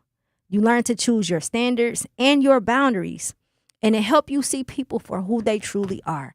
Listen, again, that is a form of peace. That is a form of saying, you know what? I accept you for who you are to its entirety, right? Did you know, again, that we naturally seek out what's familiar, even when what's familiar isn't healthy? If you were growing up around chaos and confusion, peace can feel uncomfortable. If inconsistency was normal, consistency can feel suspicious. That's why a lot of times when you are dealing with people in certain capacities, not just a relationship, but when you are dealing with someone who has been in an environment of survival and they have not healed, when you're genuine, you bring love, and you bring consistency, you bring truth, you bring, everything that goes against everything that they've been taught, it feels abnormal to them. And we were talking about how to retrain your nervous system to stop confusing anxiety with excitement. Again, a lot of times when we're dating, we feel like we get butterflies when in all actuality, it's a sign. It's a warning sign. It's telling you, no, this is not something that you need to be involved in. This is not something that you need to be dealing with. But instead of listening to it, we're in our feelings. And then we begin to, create a life or whatever it is that we want inside of our head with this specific situation. And then when it doesn't happen or it doesn't exist, then we begin to feel a way when people start acting a way. But the truth is, they've already shown us who they were. We just did not want to accept it, right? And then we dabbled in a little bit when it came to being told the wrong things when it comes to love. So you add that on top of it, right? If you love me, you gonna ride or die for me. If happy life, happy wife. Boy, and I know the fellas, feel me on that. If you are a man who is in a marriage or a relationship and you happy wife, happy life, you don't need to be there. That is the truth, because you are settling. You are not at peace. You are only there for, convenience, or because, again, you were taught to love the improper way. You just stick it out no matter what, right? It's going to get better. They're going to change. I said, for me, the biggest lie I've been told about love is if they love me, they'll change. No, they won't. People are going to be who they are. You should never go into any situation assuming that you can change someone, because you cannot. You cannot force someone to be someone that they aren't. And you can't force them to choose you. You can't force them to behave a certain way towards you. I was talking earlier when we were first talking about the let them theory, that every time someone has done something to me that went against, whatever it is that I would do, right? It just made me realize why I rock with me even more. It made me realize why I have standards in the first place, why I have boundaries, because I used to be a people pleaser. And again, that word scares people, but not in a sense of being ran over, but more so the fact that when I love someone and I love the people around me, I just want to see them win. And because I want them to be successful so much, I have a problem with saying no. And then when I begin to say no, it becomes an issue, which then becomes another issue. So again, we are talking about the let them theory. We are breaking it down to its entirety. When we come back, ladies, I got something for you. What's one thing men think impresses women that absolutely does not? For example, flashing money, playing hard to get, taking forever to text back, acting emotionally unavailable, talking about how many women want them, so on and so on. Now listen, fellas, don't get mad. I got y'all coming up too, but coming up, we're going to flip the script and we're going to get to it. It's your girl, Jazz Tyler, 101.7 The Truth. In Milwaukee, just 9% of fourth graders can read at grade level. 9%. This is a shameful crisis. Behind those numbers are our kids, our friends' kids, the next generation of Milwaukee. This is what's at stake in the August 11th primary election, the future of every Milwaukee child. Vote for candidates who will fight for all of our kids. Learn more at cfcactionfund.org. Life's better with American Family Insurance, because we know you love working weekends. If it means working on your dream home, both inside and out. And we're here to help protect those dreams so you can enjoy peace of mind. Save up to 40% when you bundle home and auto. American Family Insurance. Get a quote and find an agent at amfam.com. Products, pricing, and availability vary based on the way you purchase insurance and by state. Some exclusions apply. American Family Mutual Insurance Company, SI, and its operating companies, 6000 American Parkway, Madison, Wisconsin. Craving something fresh, fun, and absolutely delicious? Then head to Goody Gourmets, celebrating 20 legendary years of gourmet popcorn that's bursting with flavor. From sweet to savory and everything in between, every batch is handcrafted with premium ingredients made to bring joy to every bite. Stop by 6369 North Green Bay Avenue and discover why Milwaukee can't get enough of Goody Gourmets. Open Monday through Saturday. Treat yourself today at goodygourmets.com. Goody Gourmets, fresh, delicious, legendary. Wisconsin has the largest black-white academic gap in America, and 22 of Wisconsin's 50 lowest performing schools are right here on Milwaukee's north side. Our kids need more options, more champions, more action. Francesca Hong's plan gives them less. She'd end school choice, limit public charter schools, and shut the door on programs Milwaukee families built for their own children. On August 11th, vote for candidates who fight for our kids. Paid for by Leaders for a Better Community, Inc. Milwaukee, mark your calendars. Truth Family Fest on Saturday, August 22nd from 11 a.m. to 2 p.m. at Riverside University High School. Interested in volunteering? Visit truthfamilyfest.com or by emailing Sierra, CIERRA.brown@MilwaukeeBlackMedia.com. Special thanks to Educators Credit Union, American Family Insurance, Milwaukee Public Schools, Artists Working in Education, City of Milwaukee, Department of Community Wellness and Safety, and Ascension for helping make this event possible.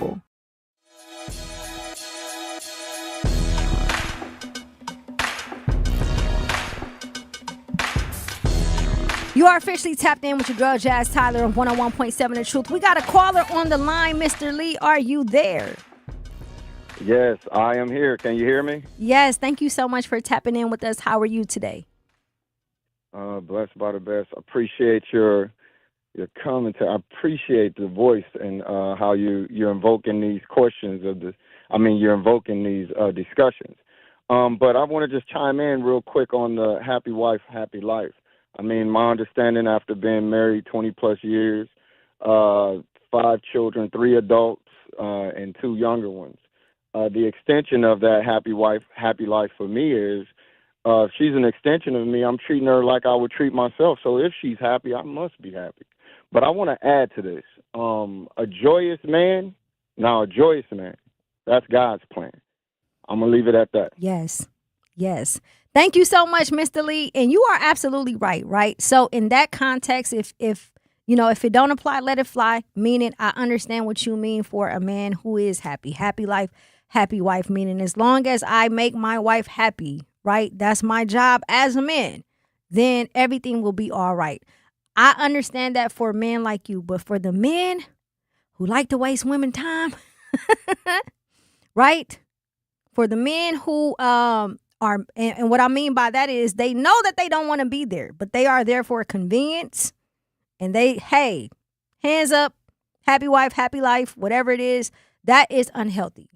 Not necessarily for the one, just for the woman, but it's unhealthy for the man because he feels trapped. Like he can't speak, he can't talk, he's walking on eggshells, he's trying to tiptoe around triggers, he can't really be himself. And at the bottom line is he's just not happy, right? That's the reality of it. So before we went to break, ladies, I was reaching out to you all because this is a moment of honesty. What's one thing men think impresses women that absolutely does not? I want to hear from you, 833-212-1017, whether it's flashing money, whether it's playing hard to get, whether it's taking forever to text back, acting emotionally unavailable, or talking about how many women want them. First of all, if you are ever in a situation or on a date with a man who talks about how many women wants them, listen, honey, you got to rethink the men that you are dating. No one's going to sit around a man who brags about, oh, I got this. Like, how old are we again? Absolutely not. Out of these choices for me, the things that men may think impress me but don't is the flashing money is, that's childish, but it's more so the playing hard to get, right? The acting emotionally unavailable, And the reason why I say that is because a lot of men do this in efforts to try and gain some type of control over the situation.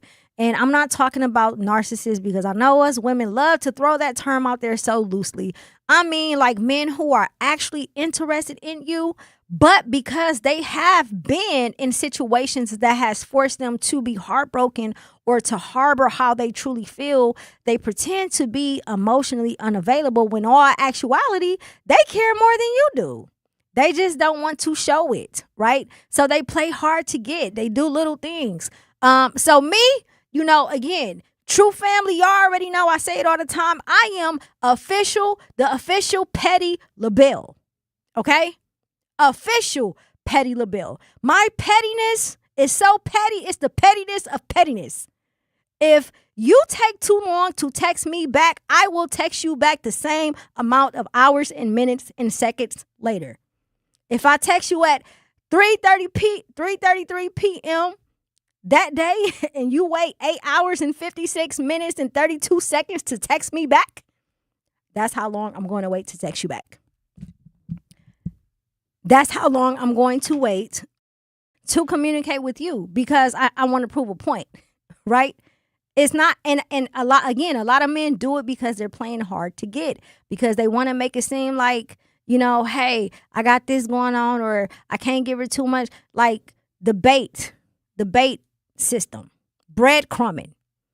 Let me go ahead and just breadcrumb her because it's going to build the excitement, and that's going to make me fall. That's going to make her fall in love with me. No, it's not. No, it's not. It's going to make you it's going to make me put you right back where you were. Blocked. we back on a blocked. Okay? Don't have time for it. Another thing that men think impresses women but does not is I'm going to catch some slack for this. Oh my gosh. I'm ready though, fellas. I'm ready. The super nice guy. The super nice guy, not saying you can't be a good man. That's not what I'm saying. I mean the guy who overly tries his hardest to just prove, right? It's like what fellas, my brothers always talk about, the pick me chicks, right? Pick me. I want to do that. I'm going to do this so you can pick me. Not the women who are genuine and just want to help, but to pick me. But the guys who overdo it, where it's just like, oh my gosh, you don't have to, I don't know how to say it without sounding harsh, because again, I know I'm going to catch a lot of slack for this. Yes, we want good men. Yes, we want great men. Yes, we want men to treat us like princesses and queens and all of the above. But there are some men who just do too much. And they do so much to the point where it gives off creep vibes, right? Like, you don't have no business. If we've only been on 1 or 2 dates, you have no business popping up at my house or place of business with flowers and all types of stuff unannounced, brother. You're doing too much. You don't have no business texting me every hour on the hour if I did not invite that in. And sisters, y'all know what I mean. Now, I'm going to play the advocate here. I don't like to say devil's advocate, but I'm going to play the advocate, because when it comes from a guy you want it to come from, it's all fine and dandy. But when it comes from the guy who's too nice, it feels like harassment. Just stop. It's cringy. It makes me cringe. We do not like the men who are too nice. And the guys know that too. Like, oh, you're such a sweetheart. Let's just be friends. That's the instant friend zone. Instantly. You're going into the friend zone. Nope. What? Because to me, it gives off, I can run over you. It gives off, you're not going to have a backbone.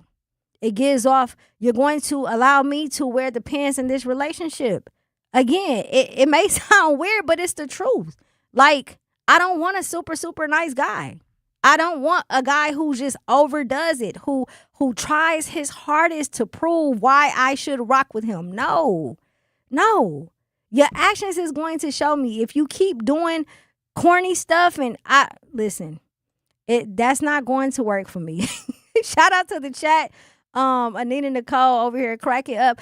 I'm trying to, again, I know I said it. I know I'm going to get chewed out for this, but I'm trying to explain it in a way that does not make us sound crazy, ladies, because the men coming for me, they were like, y'all don't know what y'all want.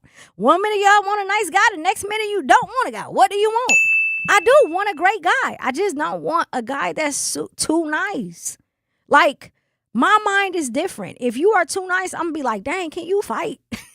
Are you gonna protect me? Like, you just too nice. Do you got a backbone? Like, if I can, no, it's just not gonna work. So let's flip it, right? Let's talk to the men. All right, men, 833-212-1017. What is something women do? Or what is something that women think impresses you all, but really don't? Is it the designer labels and the overconfidence, or us playing hard to get? What about the filters, the social media perfection, right? Where everything got not a stretch mark in sight. Expensive gifts too early, or being someone that they are not. What is it that women do? Or what is something that women think impresses men, but really, really don't? What you think, Z? Look, leave me out of this, guys, because the stuff you talking right now, I can't even respond respectfully.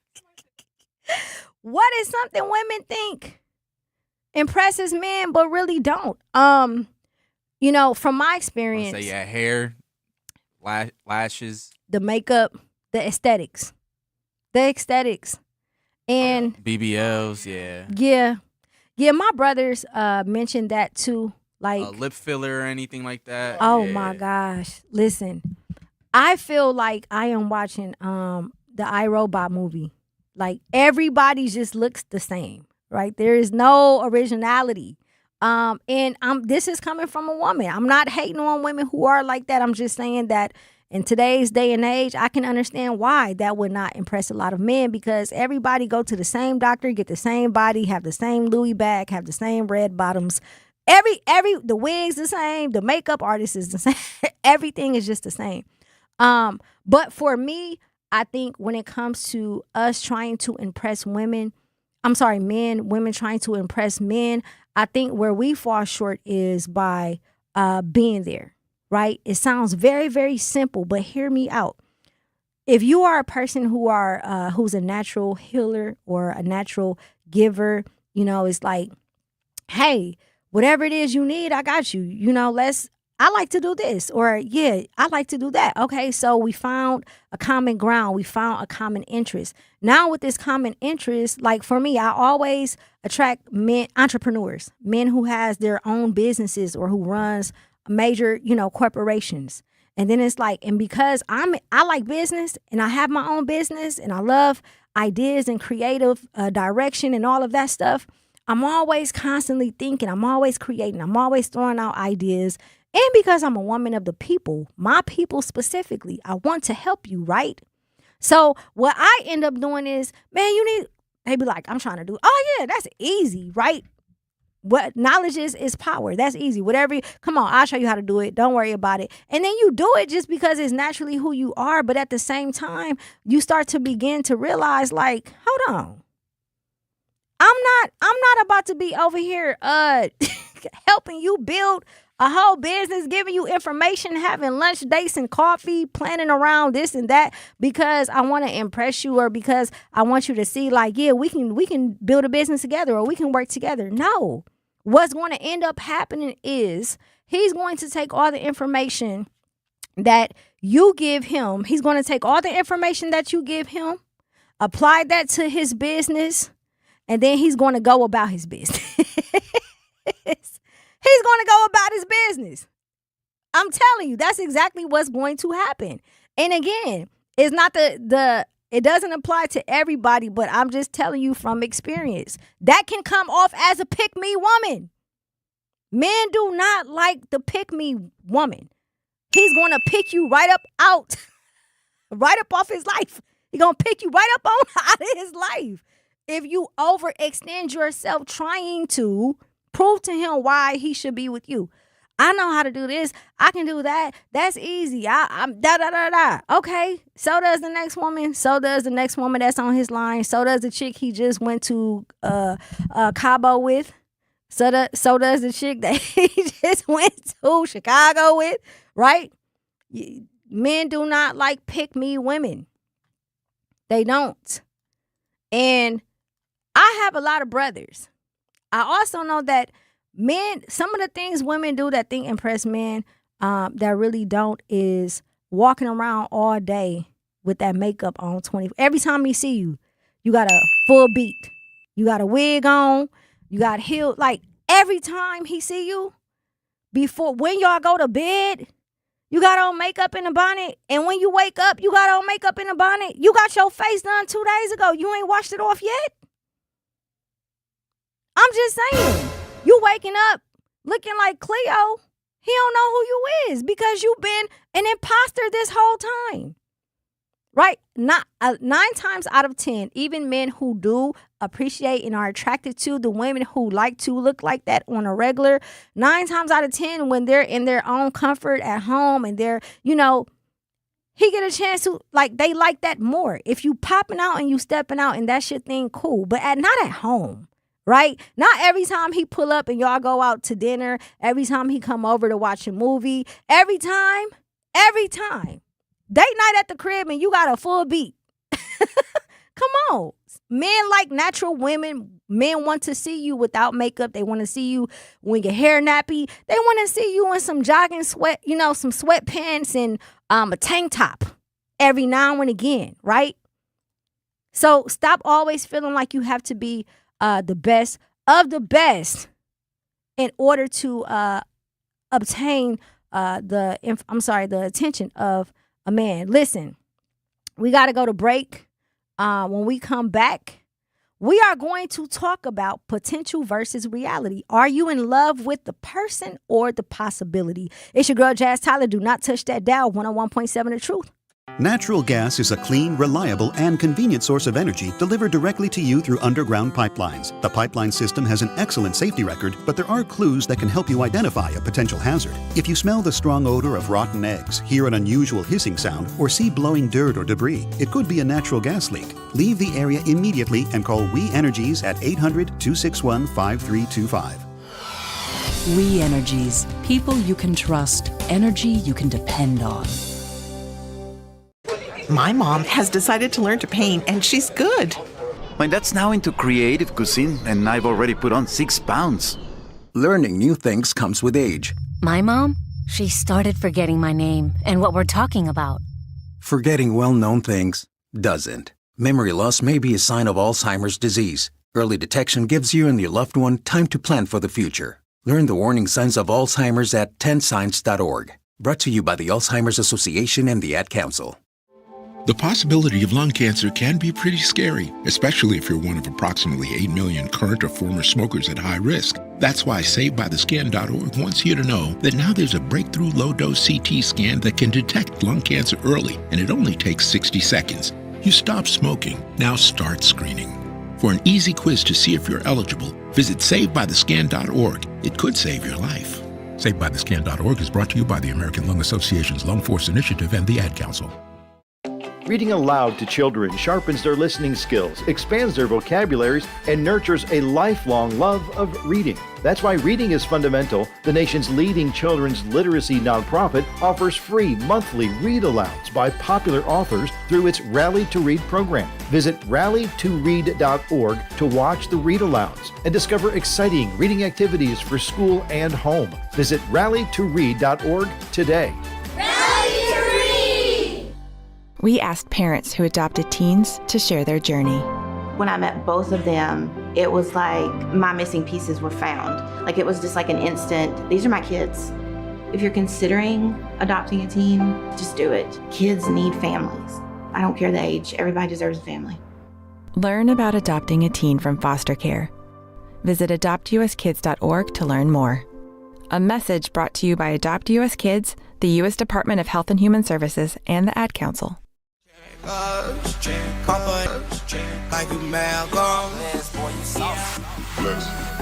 in a relationship when I'm at I need to cut some 101.7 The Truth. It's your girl Jazz Tyler. We are live and direct. Before we went to break, we were talking about some of the things that men and women do in order to impress the opposite sex. I was saying, as a woman, one of the things that men do that women just simply don't like, some women, is the super nice guy, right? Like, yeah, we want you to be a good man, a good guy, a good person.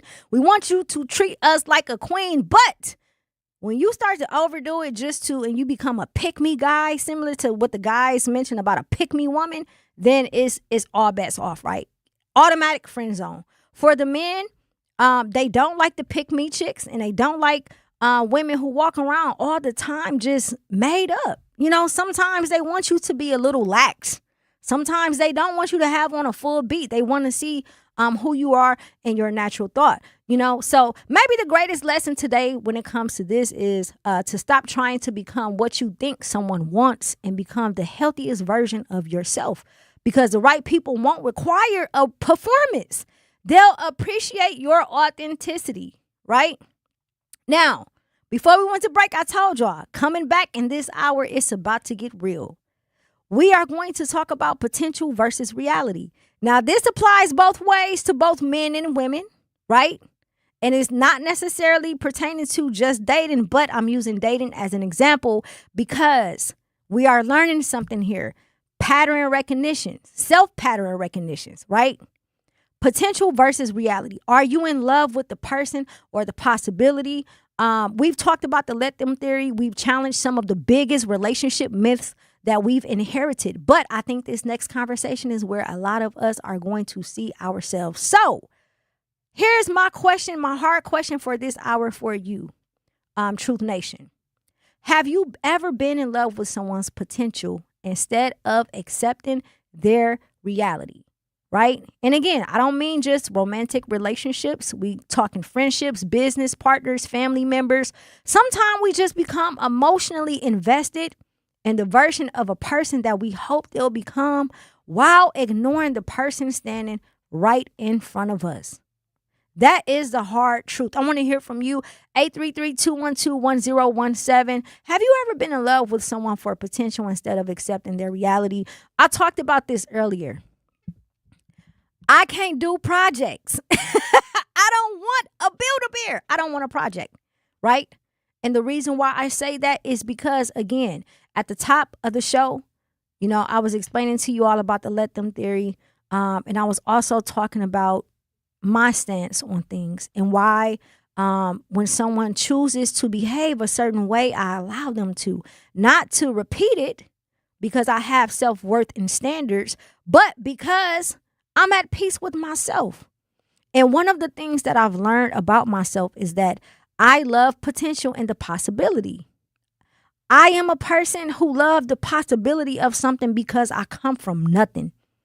I know what it feels like to be in an environment that everything and everyone around you is showing you who you're going to be.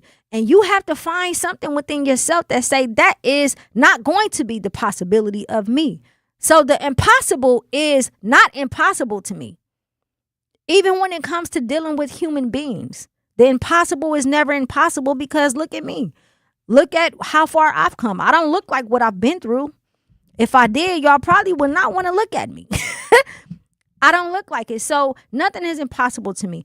And the more I started to reflect, the more I realized that I used to always believe there's this saying that says, hey, if you are a natural healer or someone who has a gift of healing, you are automatically going to attract people who needs to be healed, right? If you are a person, and ladies, I know you've heard this multiple times. If you know how to nurture people naturally, right? And you are a healer, you naturally attract people that needs to be healed. That is false. That is false. You attract people that need to be healed because you are not healed. That is the truth. And what ends up happening is because you are not healed, you end up dating for possibility. You end up dating for potential of what something could be. You end up dating for what's not in front of you. You're totally missing everything that's in front of you. I was just in here talking to Mish. We was having this conversation about the possibility, right? I used to love Six Flags. Not literally. I just used to love red flags. But like, hey, don't go in there. All right, cool. I'm going there. Don't open this door. Beware of trespass. I'm going to do it anyways, right? Because nothing is impossible to me. And then you start to realize it was a reason why that sign was there. It's a reason why it's called red flags, man. Don't go. Don't go that way.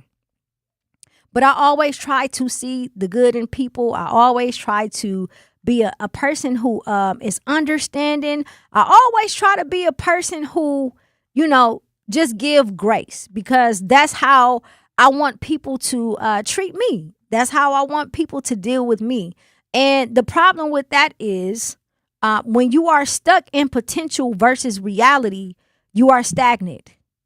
You are delusional. You are lying to yourself. Again, it goes back to creating a false narrative inside of your head because it has not happened yet. It has not happened yet. You could say, hey, oh my gosh, I am thrilled about this new position. And I am the supervisor. But if I put in enough work, I promise you, I know I'm going to be manager. And once I'm manager, I'm going to work my way up to CEO. And when I'm CEO, I'm going to change this policy and this procedure and da-da-da-da. Those are dreams and aspirations, but we don't know if that's going to happen. You are embedding yourself to based off potential, right?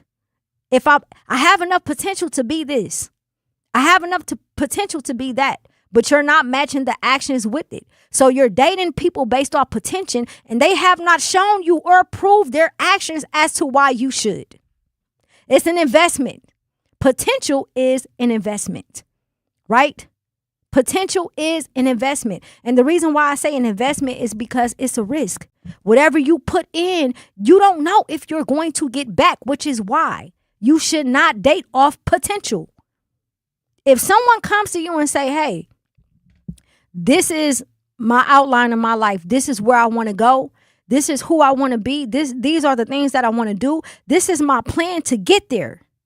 That's not potential. That is someone saying, hey, I'm laying it all out for you. Let's figure out how we both fit in this.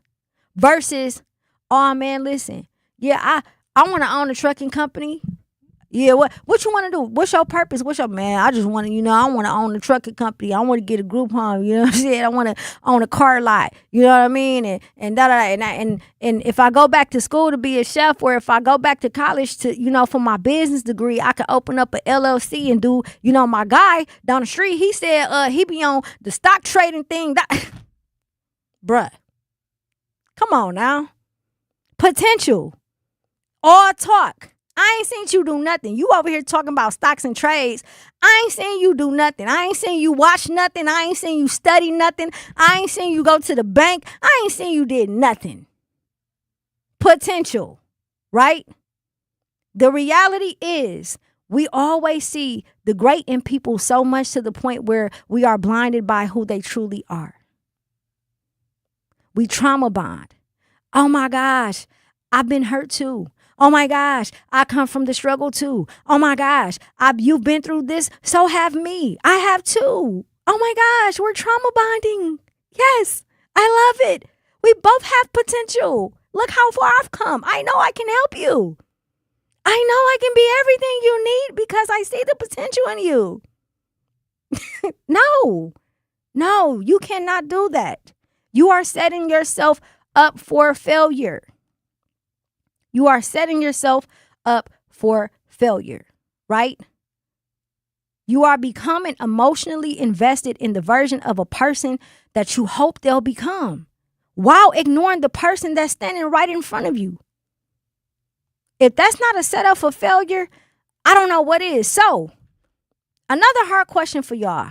How long is too long to wait for someone's potential to become reality? Because the reality is, there are two sides, and we're going to, again, play advocate.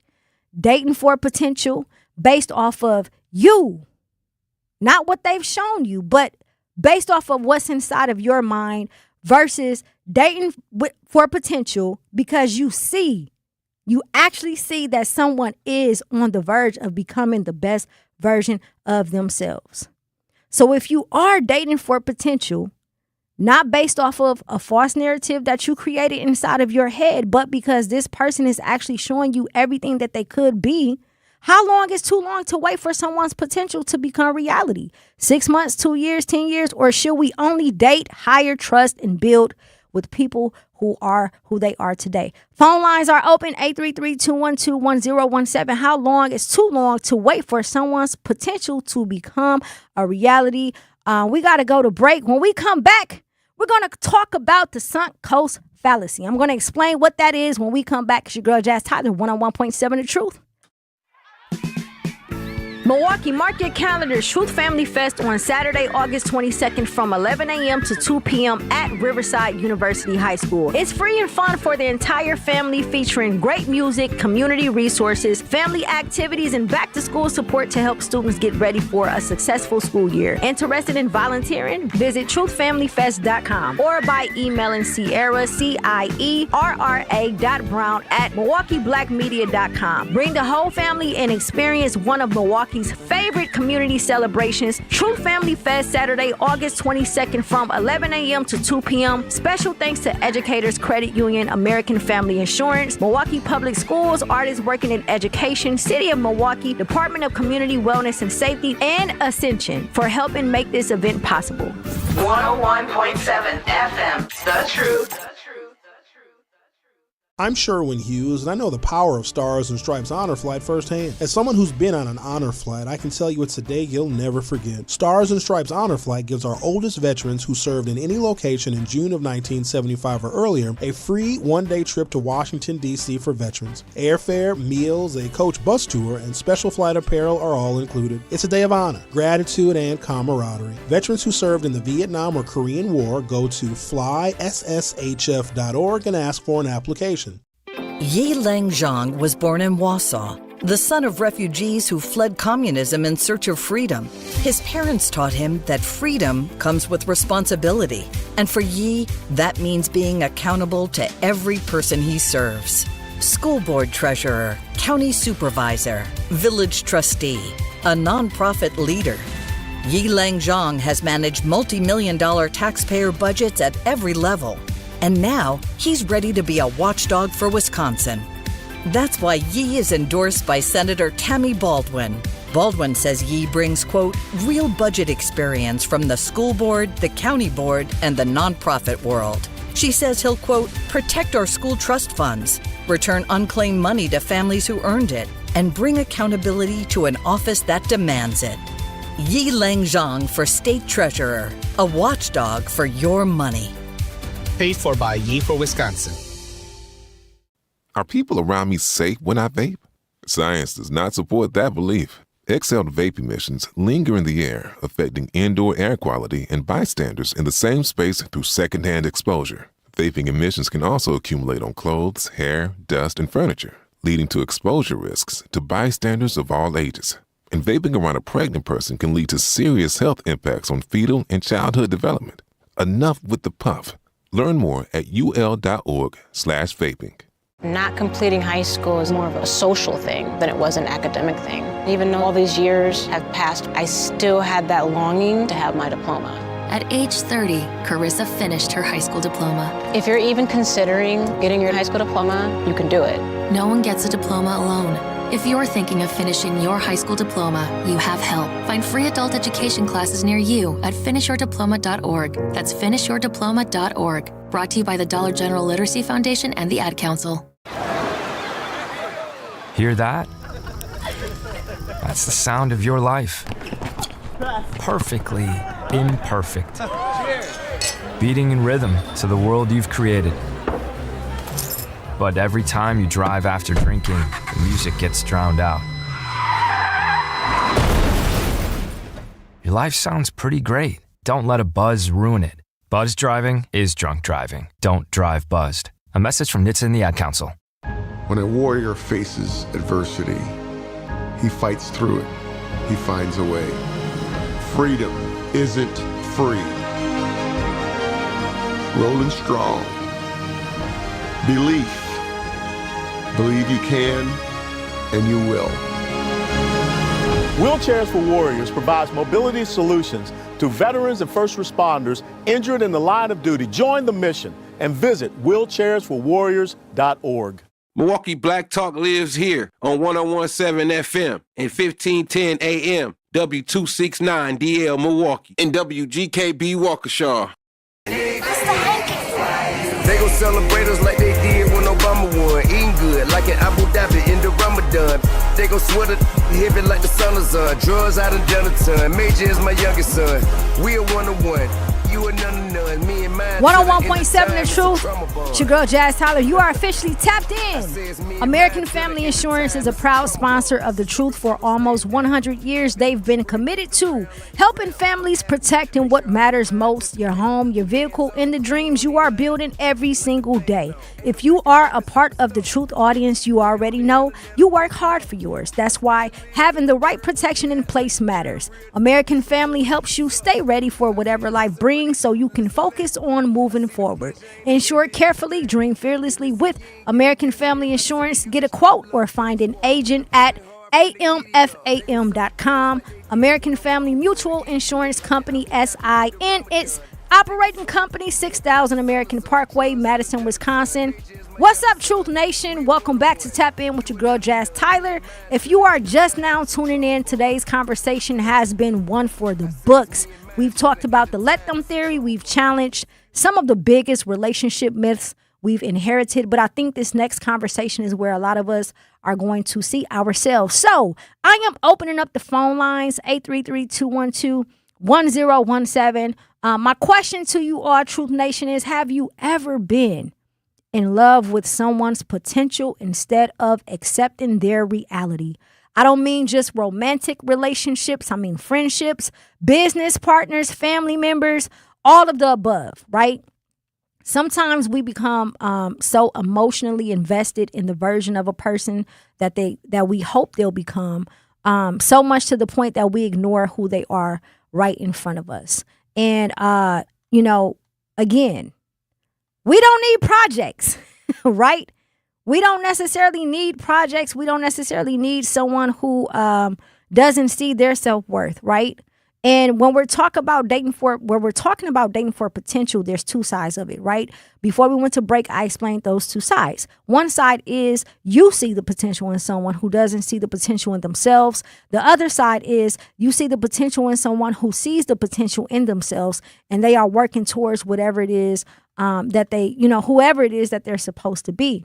So the question is, how long is too long to wait for someone's potential to become a reality? Is it 6 months, 2 years, 10 years, or do you simply not wait? I also mentioned something called the sunk cost fallacy. It simply means the more time we've invested in something, the harder it becomes to walk away. Not because it's healthy, not because we don't want to believe the time was wasted, right? How many of y'all always stay in situations? Oh, that's been my best friend for 30 years, but they treat you, the person you've known for 2 years treats you better than the person you've known for 30 years, right? How many people stay in unhappy relationships? Man, we built this business together. I was there from the beginning when he ain't have nothing.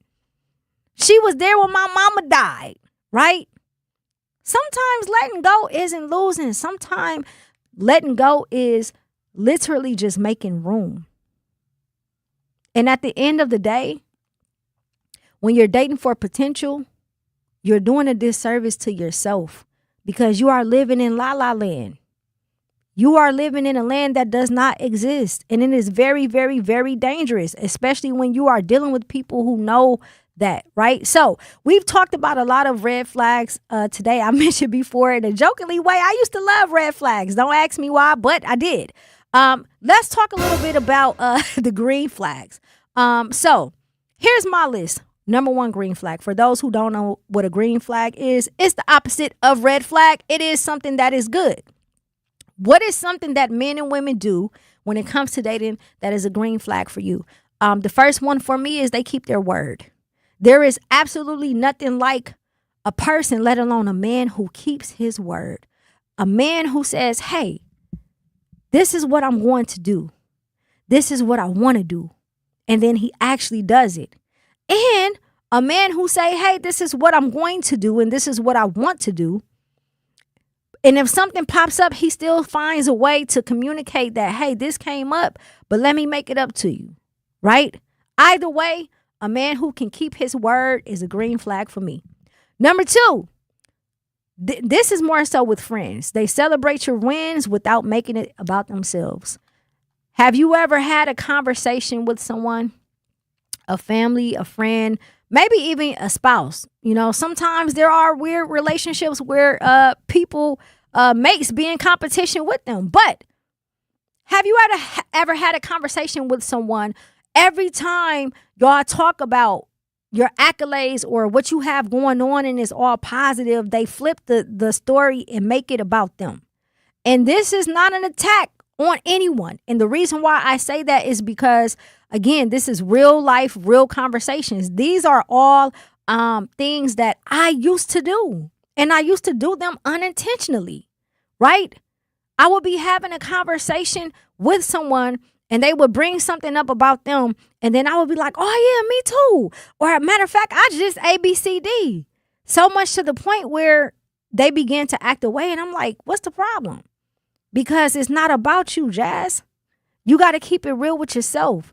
You have to start supporting people in a way to where everything is not about you.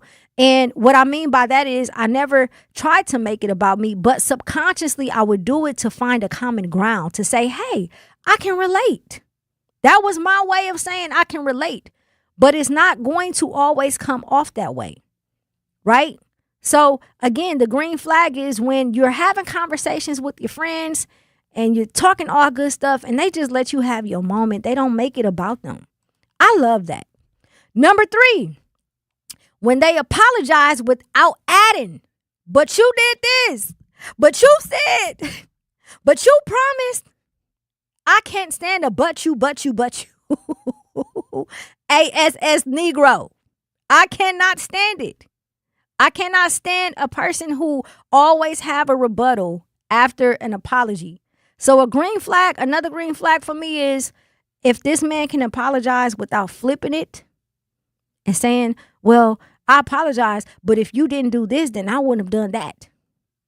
Because that's not self-accountability. My 4th green flag is you never, ever have to wonder where you stand. Oh, my gosh. This is the icing on the cake for me. Reassurance, consistency, all of that, right? Direct communication. When a person lets you know where you stand, there's nothing like it because, again, it goes back to the let them theory and the fear of uncertainty. If you are uncertain about something, you're going to react in an impulsive way. And then that triggers you to then begin to, build a wall or move out of fear. So being around someone or being with someone who lets you know, never leaves you wondering where you stand. And ladies, specifically to my sisters, I'm just going to keep it real with y'all, right? If that man is telling you he too busy, or if that man got every excuse in the books, that is a form of him telling you where you stand, where he stand, where you stand in his life. You just have to be 100 with yourself. We talked about it earlier. The fact that we give grace to everyone else except for ourselves. We are so understanding. I understand why you had to cancel. I understand why this happened because you're going through this. I understand. But sometimes that understanding or those actions is not meant for you to understand. Sometimes those actions are trying to tell you where you stand. But you're under it. You can't see it because you're not paying attention. And my 5th and final green flag is they bring peace and no confusion. God is not of chaos and confusion, no folly, no foolishness, right? This is another way for you to know, no matter if it's work, no matter if it's a relationship, friendship, whatever. When you are around people and there is an extreme amount of chaos, but we're not talking about organized chaos. We're not talking about chaos in a setting of things happen, right? We know that's life. Things are going to happen, and you have to learn how to maneuver through them.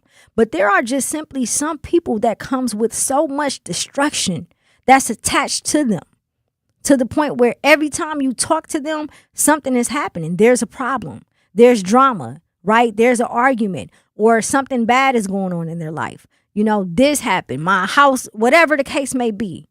It's just always chaos and confusion. When that is not a part of the picture, that is a green flag for me. When you come to the table with all your ducks in a row, when you come to the table with, as a grown man or, you know, as a best friend, whatever the case may be, when you just are a part of my life and there is absolutely no chaos and confusion, that is such a beautiful feeling, because, again, we all are grown. No one wants to be a part of that. No one wants to be a part of the riffraff, especially if you come from a place like me. We grew up in an environment where it was constant chaos and confusion. So earlier we mentioned that during the let them theory as well. A lot of people who grew up in environments where it is chaotic, peace is uncomfortable for them. They don't know how to accept it because all they know is chaos and confusion. So when you bring a certain amount of peace, it actually disrupts them. It makes them feel like something is off, like something doesn't seem right, right? That's not cool, man. That is not cool at all. We got to go to break. When we come back, we are going to continue this conversation and have Let's Be Honest segment, specifically for my ladies. I want to hear from you. 833-212-1017. Do not touch that dial. It's your girl Jazz Tyler, 101.7 The Truth. Milwaukee, are you ready to level up? Your journey to financial freedom, wealth building, entrepreneurship, and personal success starts right here with On the Journey with Coach Erica. Join Coach Erica Odom for live, real, impactful conversations that educate, motivate, and empower you to take control of your financial future and build the life you deserve. Listen live every other Saturday beginning September 12th from 11 a.m. to noon, and catch the replay the following Sunday from 11 a.m. to noon, only on 101.7 The Truth. Discover more at ericaodomjourney.com. Milwaukee, your weekdays have a new rhythm. Start your mornings with conversations that matter. Again, I'm the legendary Homer Blow, along with my girl, Bailey Coleman. Truth in the Morning with Homer Blow and Bailey Coleman. Weekdays, 7 to 9 a.m. Then keep it locked with the voice of the community. And the more you know and the more skills you have, the more training you have, the better off your community is. The Truth with Sherwin Hughes, 9 a.m. to noon. Lunch is on us. Turning up your midday vibe. It's your boy Ray Nitty and my co-host Maybe Shannon. It's the lunch break with Ray Nitty and Maybe Shannon, noon to 2 p.m. And don't stop there. Keep the conversation going with The Grapevine with Manan Sabir. That's right, I'm your host, Manan Sabir. Bringing the stories and voices you need to hear, 2 to 4 p.m. Then we're closing out your day with energy. Lots of it. It's your girl Jazz Tyler. We are live and direct. Tap in with Jazz Tyler every afternoon, 4 to 7 p.m. Your home for Milwaukee conversations. The award-winning 101.7 The Truth. In sitcoms, when someone has a problem, they just blurt it out and move on. Well, I lost my job and my parakeet is missing. How was your day? But the real world is different. Managing life's challenges can be overwhelming. So, what do? We get support. The Huntsman Mental Health Institute and the Ad Council have mental health resources available for you at loveyourmindtoday.org. That's loveyourmindtoday.org. See how much further you can go when you take care of your mental health. For 250 years, our armed forces have bravely served America. Wounded Warrior Project honors that legacy by supporting post-9/11 service members and veterans like Anthony, a Marine who was injured by a roadside bomb in Afghanistan. They carried me through my injuries, not just my physical, but my mental. And seeing other vets doing the same thing helped me tell myself, hey, you can do this. Join us in honoring warriors at woundedwarriorproject.org/America. Chat. Should they fold that no yoga mat? Chat. Should they dare that no hit me back? Chat. Should I read that no you no questions asked? Chat. They chatting, they chat. And 101.7 The Truth. Is your girl Jazz Tyler. Looking to discover and support local businesses in our community? Then make sure you tune in every Friday at 8 a.m. to Truth in the Morning with Homer Blow and Bailey Coleman for What the Business Is, powered by We Energies. Each week you will hear from local business owners as they share what their business is, where they are located, and one valuable lesson they've learned along the way. We Energies is proud to help power local businesses in the communities they serve. Don't miss What the Business Is every Friday at 8 a.m. only on Truth in the Morning with Homer Blow and Bailey Coleman, powered by We Energies, delivering the energy that powers local businesses. Welcome back to the Tap In with your girl Jazz Tyler. Listen, today, if you are joining us, we've spent this afternoon talking about boundaries, self-worth, consistency, and the stories we've been talking about love. But this last hour, we got to loosen up a little bit, primarily because it's all jokes, it's all fun and games. But, you know, when I bring you these conversations, I bring them to you from an authentic version, right? In an authentic way. These are real life scenarios, real life situations that I myself or someone I'm close to have gone through. But typically, I myself, something that I've been through along my healing journey that I love, you know, to share with you all. And with everything that's happening in the world, we still have everyday life. And while we are constantly distracted by the ways of the world and the weight of the world, it's not often that we get a chance to have these real conversations where we can continue to, you know, work on ourselves and just become a better version of ourselves. So again, if you are joining us today, I've been talking about something called the let them theory. I was scrolling on social media the other day and I ran across this Instagram post. And the let them theory says that if someone wants to act a certain way, let them. If they misunderstand you, let them. If they don't talk to you, let them. Or if they treat you inconsistently, let them. Not because it doesn't affect you, but because their actions already give you information about who they are and what they want. Instead of forcing things, you accept the reality that you can't control everything, like how someone feels, how they show up, or how you want them to choose you. By choosing to let them, you start to see things more clearly. You start to learn to choose yourself, your standards, your boundaries, and it helps you see people for who they truly are. So with that being said, I want to tap into the Let's Be Honest segment, primarily because I just want us to be vulnerable and to be true when it comes to these conversations. Shout out to the chat. Mild the Elephant says, Jazz, that sounds transactional. This why relationships do not last. Most of the people I am close to are there because of who they are, not because of who they are and what they bring to the table. So dating for potential is not transactional. If I'm understanding what you're saying, Mild, when we're talking about not dating for potential, we're talking about not dating for potential based off of the potential you see in someone. Because oftentimes we date for potential and the person we're dating don't even understand who they are, right? That means you're pouring into an empty cup. You're pouring into someone and you're investing into someone based off of what you know they can be. It's the same saying as a lot of people there. When I was younger and I was doing music, I took it serious, but I didn't understand it to its entirety because I could not see what everyone else that I was around could see in me. This is why they began to invest in me. This is why they began to put me close to them. I thought they just wanted me to make it, but they seen something in me. But I messed up so many times and made so many mistakes because I did not see in me what they had seen in me. That's what happens when we date for potential in that aspect, right? When you get with a woman or a man and you see the potential in them, but they don't see it in themselves. So you begin to create these false narratives of a life or a person you want them to be when they have not shown you or proved to you that that's the person they are trying to be. The other side of that is you can also date for potential, but you can date for potential with someone who understands that they have potential. You can date for potential when you're dating someone who understands who they want to be. So if someone comes to me and say, hey, yeah, you know, I'm about to open up this business. Okay, you got your LLC? Oh no, but my guy said da da da da. And you like him, and you like the way he move, and you like the way he look, but all he told you was what he wanted to do, right? That's dating someone who may have potential. He may have some potential. Then you have someone that comes along and say, I'm trying to open up this business. I just left from the city hall. I went to the licensing committee.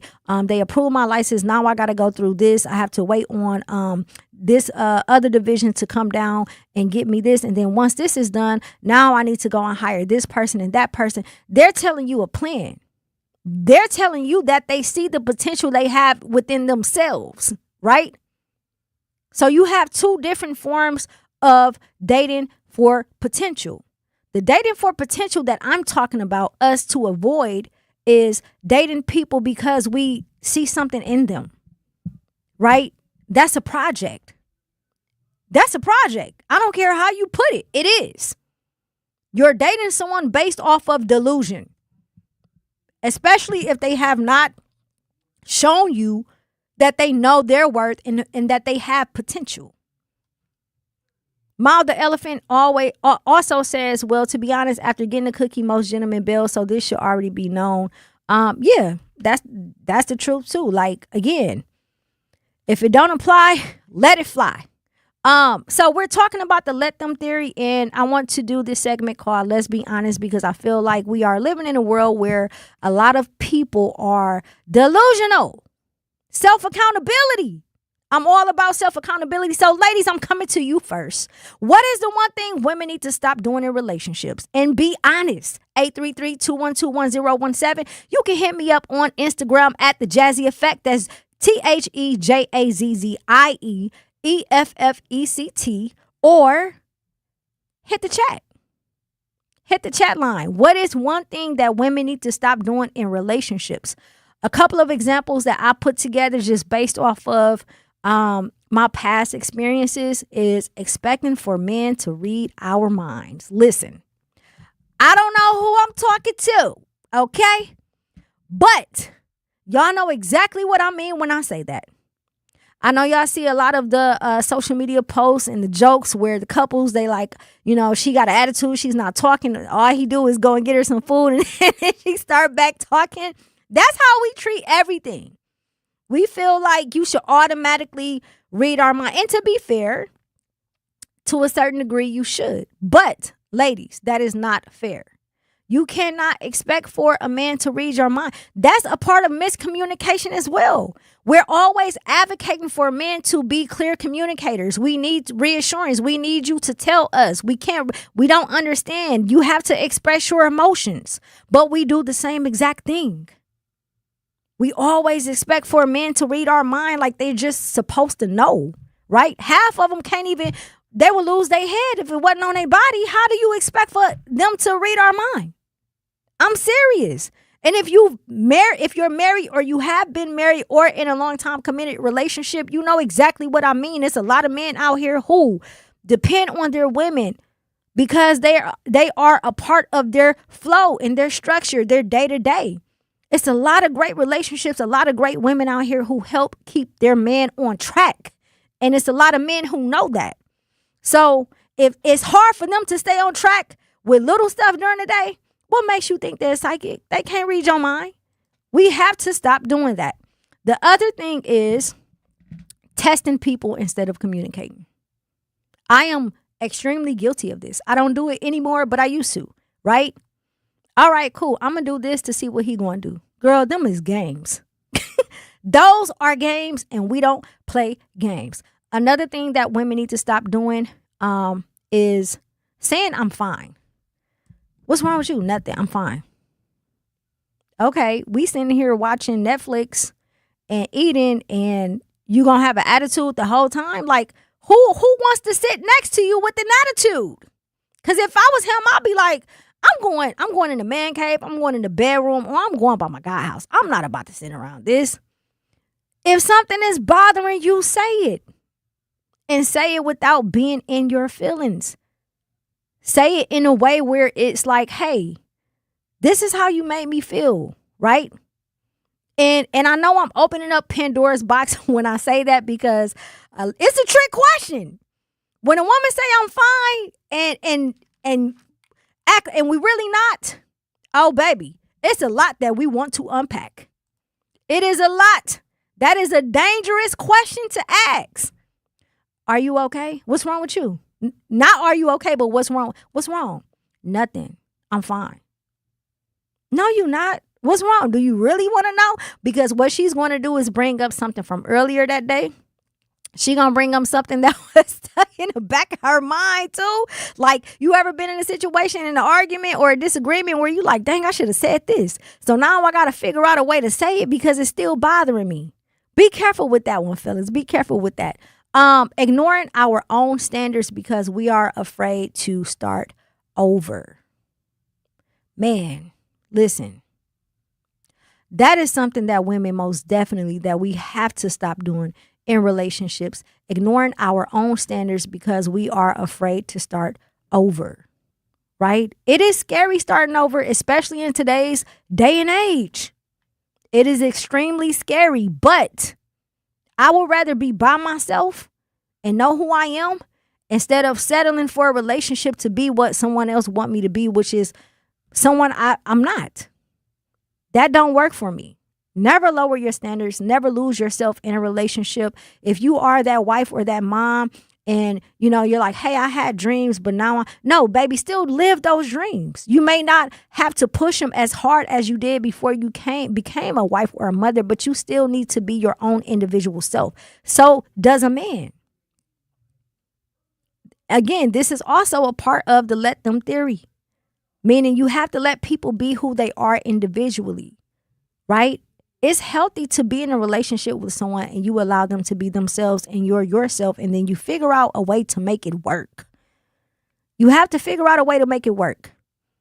All right? We got to go to break to take to pay another bill. When we come back, fellas, it's your turn. What's one thing men need to stop doing in relationships? And trust me when I tell you, this is, I was with the ladies, but I'm with y'all too, fellas. I got y'all back too. Don't touch that dial. It's your girl, Jazz Tyler, 101.7 The Truth. Want to save money on energy bills? With free tools from We Energies, you're in control. Manage your energy use with easy tips. Earn rebates on home upgrades. Calculate your energy use. Create savings goals. View and compare bills, and more. With We Energies, the energy info you need is at your fingertips. Save your way at weenergies.com/simple savings or download the app. We Energies. Simple steps, real savings. Yi Langzhang was born in Warsaw, the son of refugees who fled communism in search of freedom. His parents taught him that freedom comes with responsibility. And for Yi, that means being accountable to every person he serves. School board treasurer, county supervisor, village trustee, a nonprofit leader. Yi Langzhang has managed multi-million-dollar taxpayer budgets at every level. And now he's ready to be a watchdog for Wisconsin. That's why Yi is endorsed by Senator Tammy Baldwin. Baldwin says Yi brings, quote, real budget experience from the school board, the county board, and the nonprofit world. She says he'll, quote, protect our school trust funds, return unclaimed money to families who earned it, and bring accountability to an office that demands it. Yi Langzhang for State Treasurer, a watchdog for your money. Paid for by Yi for Wisconsin. In the United States, a vehicle is stolen every 31 seconds, about as long as this message. Luckily, you can take a few easy steps to protect your car in the same amount of time. Remove your valuables, roll up your windows, don't leave your car running unattended, lock your doors, and take your keys or fob. If you have information about a crime, call the police. If you suspect insurance fraud, also call 800-TEL-NICB. A public service message from the National Insurance Crime Bureau. I always had to be so good, no one could ignore me. Carve my path with data and drive. But some people only see who I am on paper. The paper ceiling, the limitations from degree screens to stereotypes that are holding back over 70 million stars. Workers skilled through alternative routes, rather than a bachelor's degree. It's time for skills to speak for themselves. Find resources for breaking through barriers at tearthepaperceiling.org. Brought to you by Opportunity at Work and the Ad Council.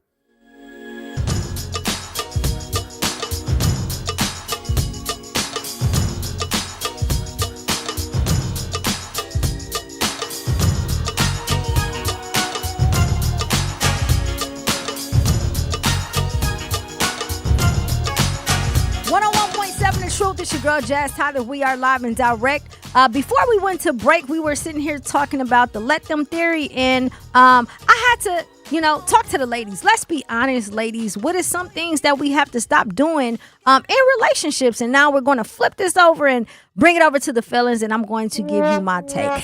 Now, this is nothing against the fellas. This is actually me defending the fellas, right? And the reason why I say that is because I know oftentimes we attack the men, but I am telling you, men, from a woman's point of view as your sister, so you will know what to do.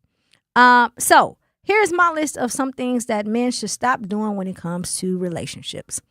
Calling vulnerability weakness. And again, understand that this stems from something that's deep rooted. A lot of men, especially men of color, were brought up not to express their emotions.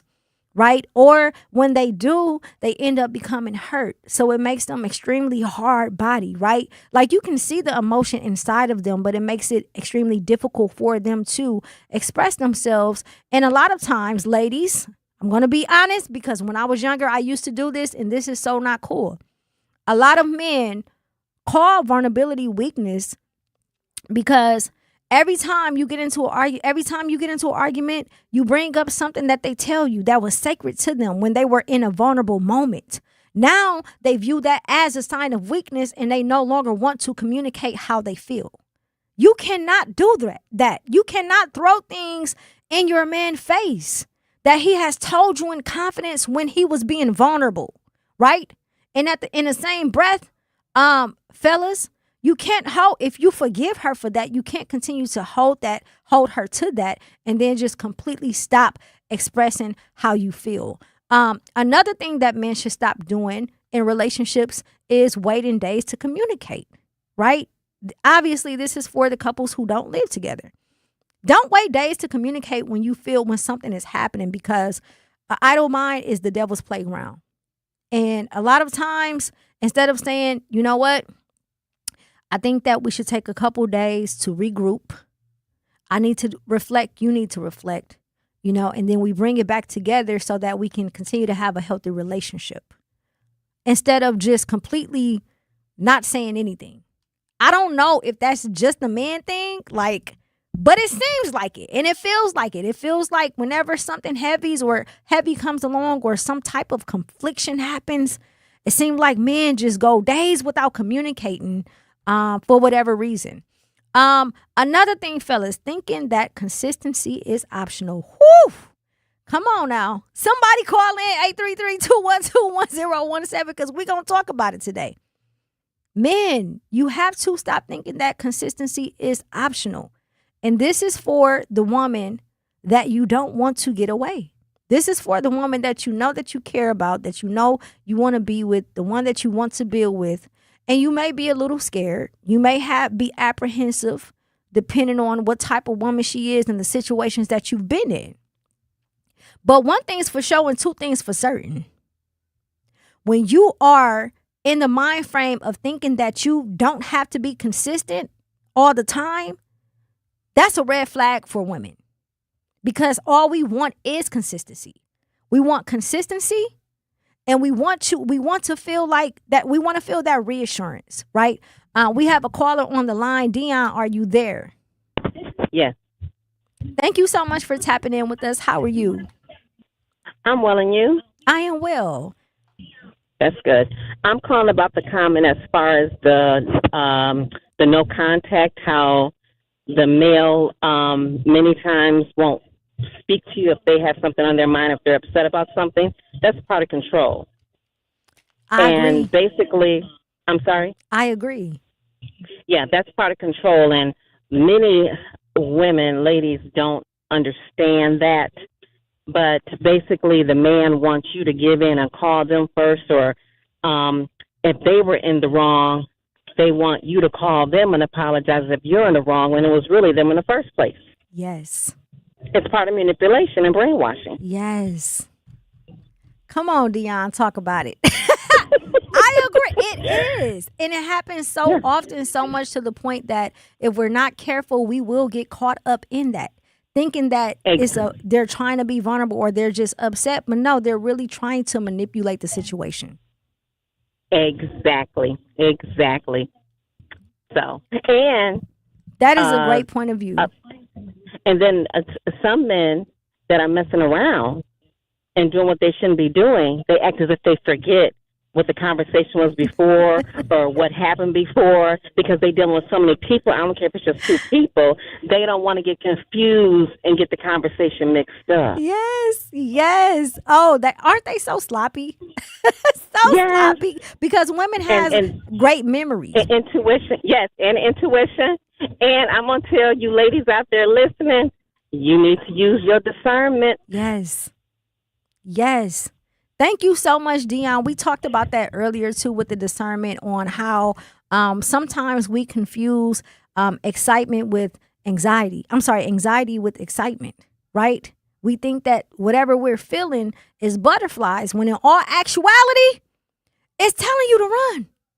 Mass destruction, run, stage left, exit, get out of here. This is not butterflies. Baby, these are bumblebees. We got another caller on the line. The caller, are you there?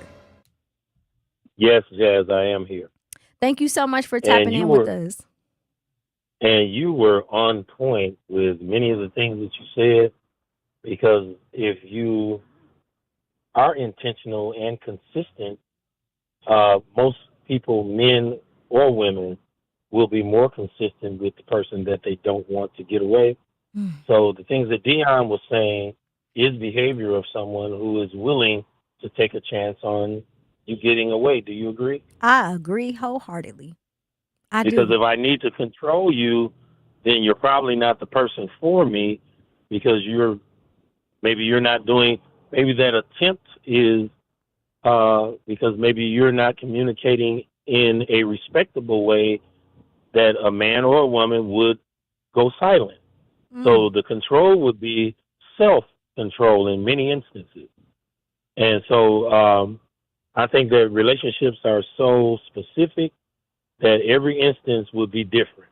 But if you keep in mind just being a good person and treating people the best that you can and paying attention to people, that will only intensify with the person that you consider the most special. And that's my take on this situation. Absolutely. Thank you so much for tapping in with us today, the caller in. You heard it from the horse's mouth, right? I love when we get opinions from both men and women, mature men and women who actually understand, because this is the truth. And people are tired of playing games out here, right? There are a lot of people who are in relationships or situationships, or just a situation in general where there is just too many games being played. Again, the calling vulnerability, weakness, waiting days to communicate, thinking that consistency is optional. These are not options. Two other things on my list is avoiding difficult conversations. And Dion actually tapped into this a lot, right? A lot of men, when something happens, especially if they know that they've wronged you, they try ways to avoid the conversation, which means that they lack accountability, right? It means that whenever something, and this is a red flag. So if you are not committed in your dating, or if you are in the beginning of a relationship and you are dealing with a man who likes to avoid having difficult conversations, run. Because at the end of the day, when something happens, he's not going to be able to properly communicate that with you. And he is going to find a way to release it. It's just not going to be with you. Again, it goes back to the let them theory, right? And it goes back to what the caller just said. Your actions will always speak and show exactly who you are. People's actions expose them. If they are not willing to be consistent, if they are not willing to sit down and respect you enough to have a conversation, baby, they showing you exactly who they are. The last thing on this list for me is confusing pride with strength. There are a lot of prideful men out here who are operating in ego. And they confuse that with being strong. I'm a strong man. I have strength. I have a backbone. No, you have pride. You have pride and you have ego. And pride and ego is a perfect recipe for self-destruction. A prideful man cannot lead properly, right? Because everything that you do is going to be out of emotions. Everything you do is going to be out of self-gain. It's not going to have anything to do with the relationship overall, right? You cannot be with someone. You cannot be with a man who feels like pride is strength and who does not know the difference between the two. Here's what I love the most about this conversation. Nobody's perfect. This isn't men versus women. It's all of us trying to become healthier people. And obviously there are people, men and women on this earth, who will refuse to be the healthiest version of themselves because being the trash version of themselves benefit them more, right? Trash. So evidently this is not for them. But to the people, to the men and women, the brothers and sisters out there who are trying daily to be a better version of themselves, I am one of those people. And it's a lot of work. It's a lot of self-accountability. It's not a trend. It's a lifestyle. You have to, in order to be the best version of yourself, you have to tap into a place inside of you that is so uncomfortable. And you have to begin to have these conversations with yourself and with other people so that you can understand what you're dealing with. And it also helps you with stopping the same cycle over and over and over. We all know that one family member or that one friend or that one relative who's just like constantly dealing with the same type of people. Every time you turn around, she always dealing with a Negro who ain't ish. Or he always got some chick that's, hot in the ass, okay? They constantly attract the same type of people or deal with the same type of people because they refuse to become the healthier version of themselves. All right, we got to go to one last commercial break. When we come back, I am going to leave you with today's final thought. Do not touch that dial. It's your girl, Jazz Tyler, 101.7 The Truth.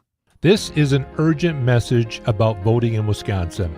The primary election is August 11th. This is your chance to help decide Wisconsin's future. Early voting is happening right now, and Election Day is next Tuesday, August 11th. Go to myvote.wi.gov to find your polling place. And remember, you can register to vote right up through Election Day. Make your voice heard. Go vote. Paid for by Wisconsin Future Rising. I'm Chris Jackamick. I served in the United States Air Force and I deployed 3 times. So in 2017, I was serving as an Air Force First Sergeant. Our motto in that role is my job is people, everyone is my business. But unfortunately in that year, I would lose my own brother, Lance Corporal Adam Jackamick, to suicide. The majority of veteran suicides are from guns. I store my weapons securely, not only for myself, but for my family. Store all your guns securely. Help stop suicide. My service never stops. Brought to you by End Family Fire and the Ad Council. And here's Heather with the weather. Well, it's beautiful out there, sunny and 75, almost a little chilly in the shade. Now, let's get a read on the inside of your car. It is hot. You've only been parked a short time and it's already 99 degrees in there. Let's not leave children in the back seat while running errands. It only takes a few minutes for their body temperatures to rise, and that could be fatal. Cars get hot, fast, and can be deadly. Never leave a child in a car. A message from NHTSA and the Ad Council. Milwaukee, mark your calendars. Truth Family Fest on Saturday, August 22nd from 11 a.m. to 2 p.m. at Riverside University High School. Interested in volunteering? Visit truthfamilyfest.com or by emailing Sierra, CIERRA.brown@MilwaukeeBlackMedia.com. Special thanks to Educators Credit Union, American Family Insurance, Milwaukee Public Schools, Artists Working in Education, City of Milwaukee, Department of Community Wellness and Safety, and Ascension for helping make this event possible. Babes, what are you doing? What? I'm just mowing the lawn. No, it's blazing hot and dry out here. Don't you remember? Smokey Bear says. Avoid using power equipment when it's windy or dry. Where'd you learn this? Oh, it's on SmokeyBear.com with many other wildfire prevention tips. Right. Thanks, honey bear. 'Cause remember, only you can prevent wildfires. Brought to you by the USDA Forest Service, your state forester, and the Ad Council.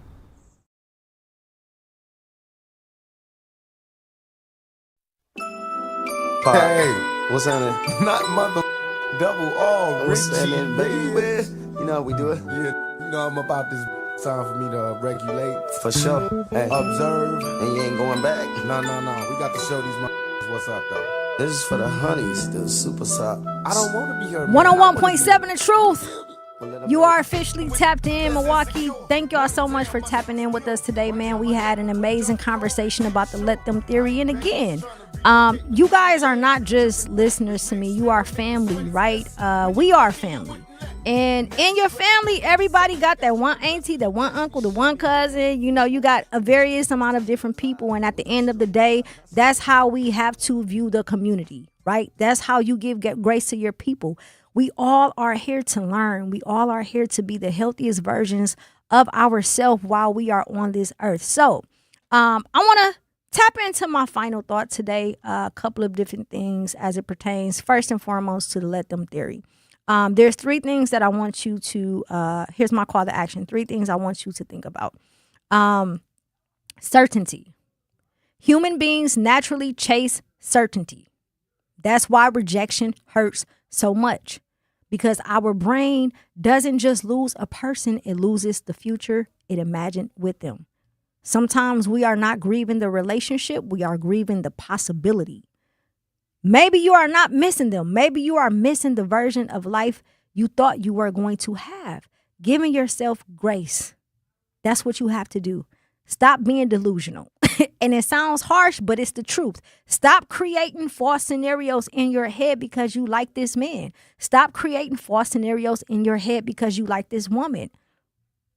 Don't date them based off of who they could potentially be if they have not shown you already that they understand the potential that sits within them. Familiarity. We often confuse familiarity with compatibility. That word gonna kill me today. I'm sorry. I'm talking too fast. Z over here. My mind, my brain, my mouth is moving faster than my brain. You need to read. Just because I went to public schools, no, just playing.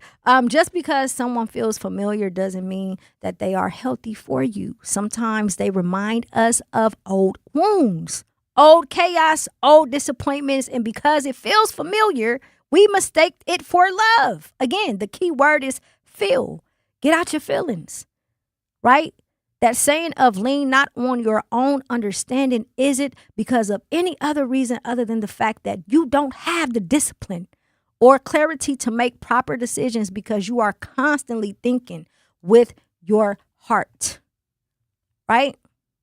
And then we also talked about the sunk cost fallacy. There is something called the sunk cost fallacy, and it simply means that the more time we've invested into something, the harder it becomes to walk away. Not because it's healthy, but because we don't want to believe that it was time wasted, right? How many times you've stayed in a friendship with someone who was your friend for 30 years, but the person you've been friends with for 2 years treats you better than the person that you've known your whole life? It's always quantity over quality with us when it should be quality over quantity. I can't leave him because we've been together for 30 years. I don't know what I'm going to do without him. No. It's time. When it's time to walk away, it's time to walk away. So we spend so much of our life trying to become enough for other people, enough to be chosen, enough to be loved, enough to be appreciated, enough to be remembered. But somewhere along the way, we forgot to ask, am I being enough for myself? Today wasn't just about telling anybody to walk away. It wasn't about giving up on people. It was about recognizing the difference between fighting for a relationship and fighting against reality. Sometimes relationships deserves another conversation. Sometimes it deserves counseling. Sometimes it deserves patience. And sometimes it deserves grace. Sometimes if someone is grieving, you have to give them grace. If they're healing, you have to give them time. And if they're trying, you have to encourage them. But if someone has consistently shown you that they do not value your presence, you got to believe them. Then you get to decide what protecting your peace looks like. By choosing yourself doesn't mean you stop loving other people. Let me say that again. By choosing yourself, that does not mean that you have stopped loving other people. Sometimes it simply means that you finally started to love yourself too. And as you head home tonight, I want you to think about that. And I want you to pour into the people that love you, right? Your children, your parents. Reach out to the friend who's been on your mind. Tomorrow is not promised at all. Tomorrow is not promised. That's why you cannot spend your time on people, places, and things that do not matter. We don't have a lot of time on this earth. And if you map out your day-to-day life, minute by minute, hour by hour, this is an exercise that I've done for myself. I've sat down and went through every hour of the day. One day during the week, one day on the weekend. How much of my time is being spent to someone else? And that someone else, is they worthy of this amount of time that I'm spending? Right? Let me know. I had to let myself know. I had to look at it on paper and take a look and say, hold on. Just how I budget my bills, I have to budget my life. Just how you budget your bills, you have to budget your life. You have to budget your time. We don't have time to waste. I'm not in the business of having or tending to transactional relationships or situationships that means me no good, because my time is valuable. My presence is valuable. The more time I spend on something or someone that is not for me, the less time the person I should be spending time with doesn't get it. And this doesn't just apply to relationships. This is in general. This is overall, right? When we are spending time in rooms and on things that doesn't matter, we are out of alignment. And when you're out of alignment, you cannot receive whatever it is that the Creator has for you because you're distracted. Don't allow people to be a distraction. If you're in a situationship or a relationship and everything that we've talked about today resonates with you, this person is not being consistent. This person is not making time to have difficult conversations. This person is going days without communicating. This woman is, finding faults in you, or she's throwing things in your face that you told her in confidence. Or she agrees with the whole happy wife, happy life mentality. That's a situation that you don't belong in. So again, to take it back to the top with the let them theory. If someone misunderstands you, let them. If someone does not choose you, let them. If someone chooses not to support you, let them. If that family member that's been jealous their whole life over something that happened in the 80s slanders your name and gossip about you, let them. Because at the end of the day, I choose me. I rock with me because I know I'm solid. And all you doing is proving my point. But most importantly, there's a different type of peace behind the let them theory. There's a peace because, again, you don't have to play the actions matching the words game. I'm not going to play that game with you. I'm not going to allow you to tell me something and then I have to wait a certain amount of time to see if you're going to do it. Because if you're doing that, your actions are already showing me why I need not to be dealing with you in the first place. People will expose themselves. You just have to step back and let them. Stop getting in the way trying to force them to choose you. Stop getting in the way trying to force them to communicate or give them a version of you that they cannot offer because you see the potential in them that they don't even see within themselves. And then you wonder why you around here tired, exhausted, don't got no energy, don't want to have fun, don't want to do anything because you are so busy giving what's inside of your cup for other people. My people, we got to do better. We got to do better. So I leave y'all with that, man. Thank y'all so much for tuning in. Tomorrow, We got a special guest in the building. This is my dear sister, Sheena Scarborough. She is the mother of the deceased Sade Robinson. Rest in peace, baby girl. We're going to sit down and have a conversation with her about Sade Robinson's case, as well as chime in on the Nolan Wells case as well. You do not want to miss this interview at 5 o'clock p.m. Listen, as always, Truth Nation, I love y'all. Thank y'all so much for tapping in. Make sure y'all tune in tomorrow morning for the morning show with Homer Blow and Bailey Coleman, followed by Sherwin Hughes. And then headed into the lunch break with my good brother Ray Nitty and Shannon, maybe Shannon. Followed by the Grapevine, and then double back with your girl Jazz Tyler. Tapped in 4 p.m. to 7 p.m. Monday through Friday. Peace and love, Truth Nation. Y'all have an amazing evening. Yeah, everything changed. Trying to play it cool, but I know what it is.